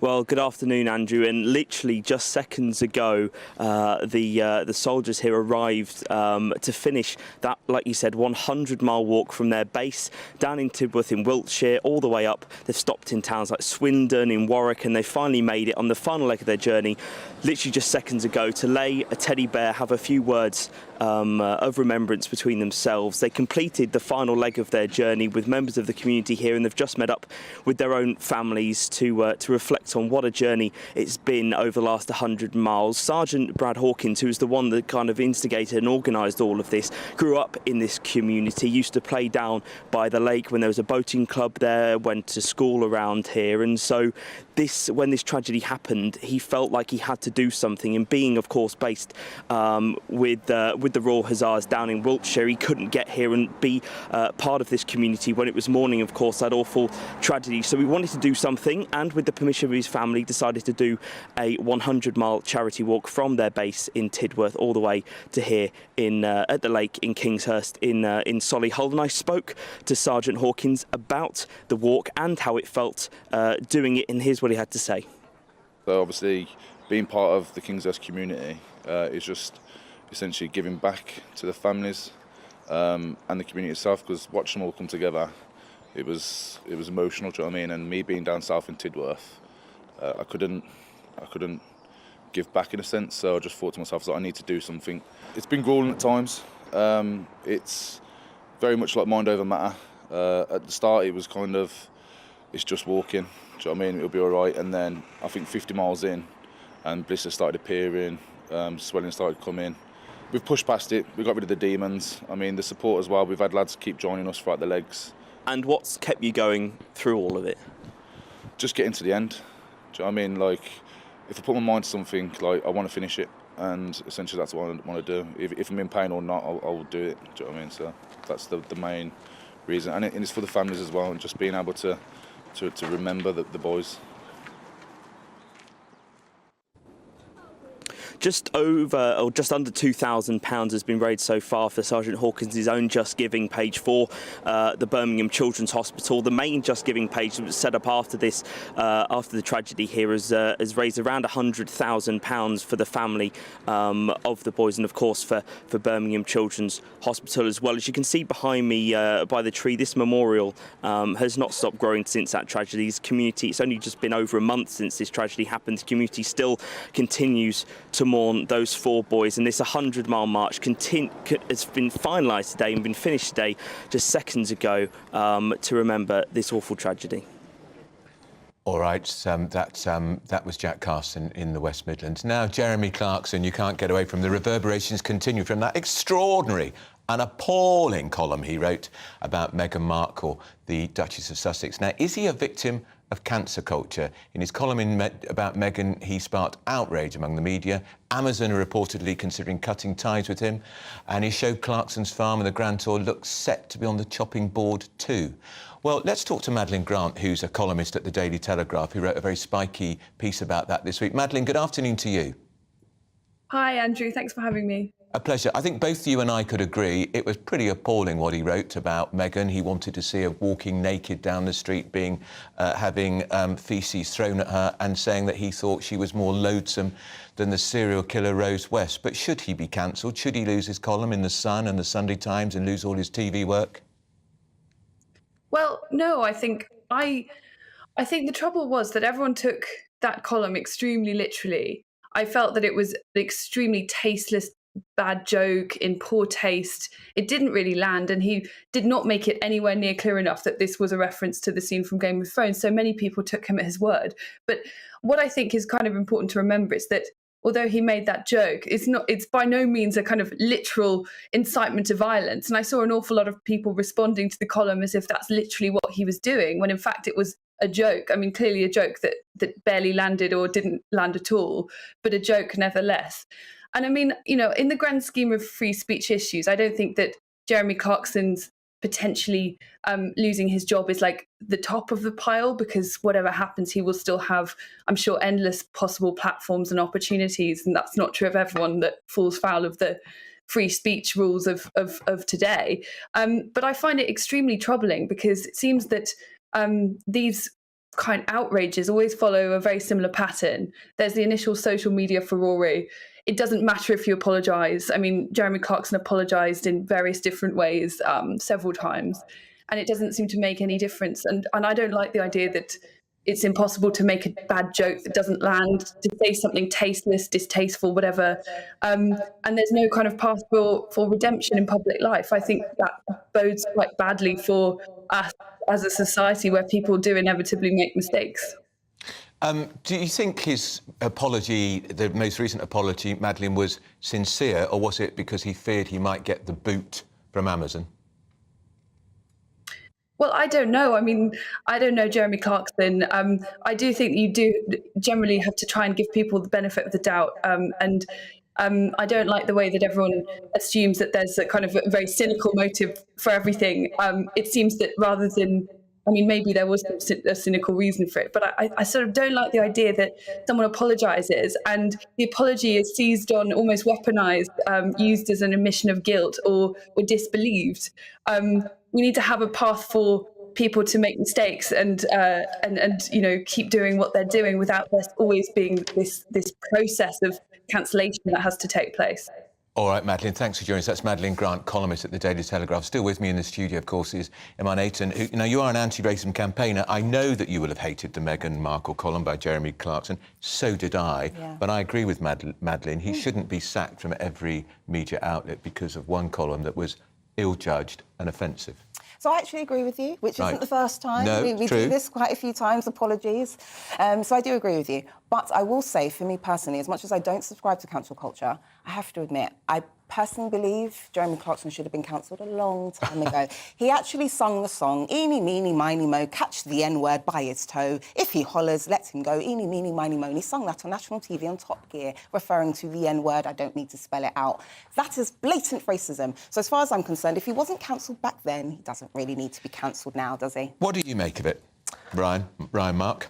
Well, I agree with you and with you as well. Agreement. What's going on today? We're all supposed to be arguing. We're supposed to be disagreeing, Ryan Mark. Well, I think he's apologised. He's apologised multiple times. He's emailed Meghan and Harry after they issued a statement. He emailed them on Christmas Day. Very odd day to do it. Exactly. And where did he get the email address from? Who knows? Fascinating. But hand it over. I read his apology on Instagram and I thought it was very sincere. And I think there should be a pathway to allow people to, make mistakes, but also not to be cancelled indefinitely. And he has apologised. He accepts he made some foul comments, and I think what he said in the column was so distasteful. Yeah, should never have got it in the paper. What I also thought was very interesting, I'm a great fan of Game of Thrones. He said he borrowed this analogy of throwing faeces at a naked Meghan Markle from... It wasn't clear in the column. He said it afterwards. Yeah. But because there was a scene like that in Game of Thrones. But the person who was subjected to that treatment in Game of Thrones was Queen Cersei, who's probably the most evil female character in TV and literature in decades. So hasn't he made it sort of worse in a way? Yes. Having already said that Meghan Markle is... he finds her less... He finds her more offensive than Rose West. And that's what's even more damning about it, I find. I think that's what makes it even more disgusting, is that you can actually compare the two. There is a comparison, but he actually thought there was. Yeah. But I also think, not wanting to defend Jeremy Clarkson, but I think... You can?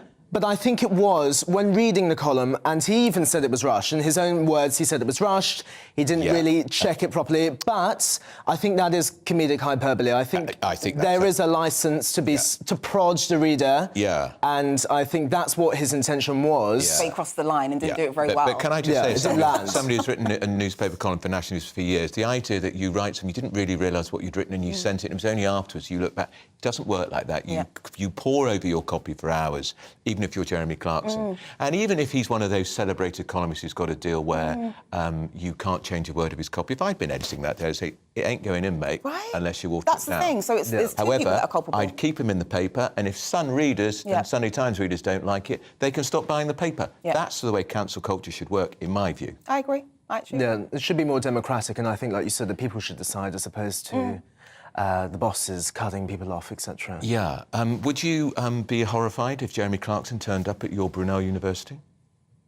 Brunel University? Yes, I'd be quite... Yes, Brunel University. I'd be quite disgusted. But would you oppose it? No, because I'm an advocate for free speech, and I believe that every side of the story should be told, as long as you have a cogent argument to back up. And would you go and listen to him? No. Right. I wouldn't, deter people from doing it, but I personally wouldn't be there in the crowd cheering him on.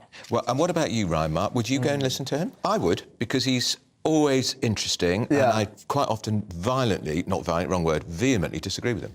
Yeah, I agree, and I think it's good to vehemently disagree with people, and that's why I would listen to him. And I also find him quite funny. I like his humour. Not everything I appreciate lands, like that joke he made in the column, but I think generally he's a funny guy. And yeah, I would listen to Jeremy Clarkson. It's not been much pointed out. I don't think his column has been back in the Sun since Yes, the bomb dropped. Goodness for that. We're running out of time, so I want to thank Iman Aiton for coming on. It's been a joy. Ryan Mark Parsons, first time on my programme. Will you come on again? He was in, I forgot, he was in that dating programme last year. I was dating as well. I did, yeah. I did a dating programme called Celebs Go Dating. He didn't win. Well, no, I didn't land a date. They fled. Was it a good date? No. Well, it was okay, but they fled to Dubai after. Oh, gosh. Right. So I scared them away. Ryan, don't repeat that on national TV. Exactly. Thank you both for joining us. You've been watching and listening to Andrew Pierce here on GB News. The show is back every Friday, 12 till 2. See you next week. Don't go anywhere, though, because up next it's the briefing with the fabulous Arlene Foster, and you won't want to miss it. Before that, we're going to get the latest on the very cold weather. Hello, I'm Aidan McGiven from the Met Office. It's still cold out there, widespread frost as we started the day, but it's a sunny day for most, with fewer showers and lighter winds compared with recent days. What we've got at the moment is a transition period. The northerlies that we've seen through the week clearing away, a ridge of high pressure following before the winds switch and further weather systems arrive from the west, bringing cloud, rain and mild air with them. But it's going to take time for those weather systems to arrive, and in the west, just the first signs of that, with some additional cloud for Cornwall, Pembrokeshire, for example, 1 or 2 spots of rain, a few light showers in the east, but for the vast majority it's bright, sparkling winter sunshine and 5 to 7 Celsius with light winds, feeling pleasant enough. Into the evening, 1 or 2 showers continue in the east for a time. A few ice patches possible because of that.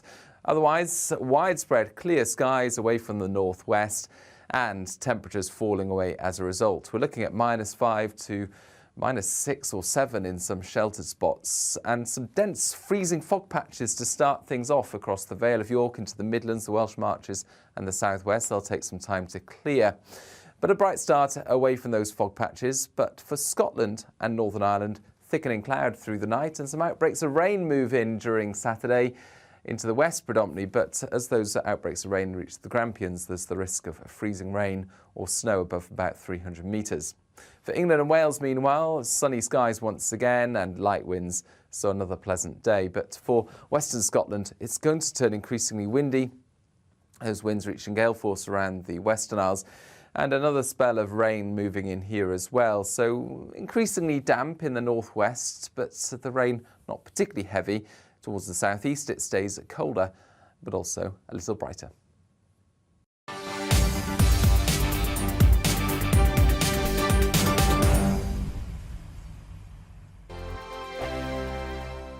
Monday to Thursday nights on GB News. At 6, it's Dubes & Co. 7 o'clock, Farage. At 8, join Mark Stein. And at 9, Dan Wootton Tonight, followed by Headliners. On TV, radio and online. This is GB News. We are GB News, the People's Channel. Why not take us home with you by visiting the GB News shop at gbnews.store. You'll find all the official merchandise, a really good present actually.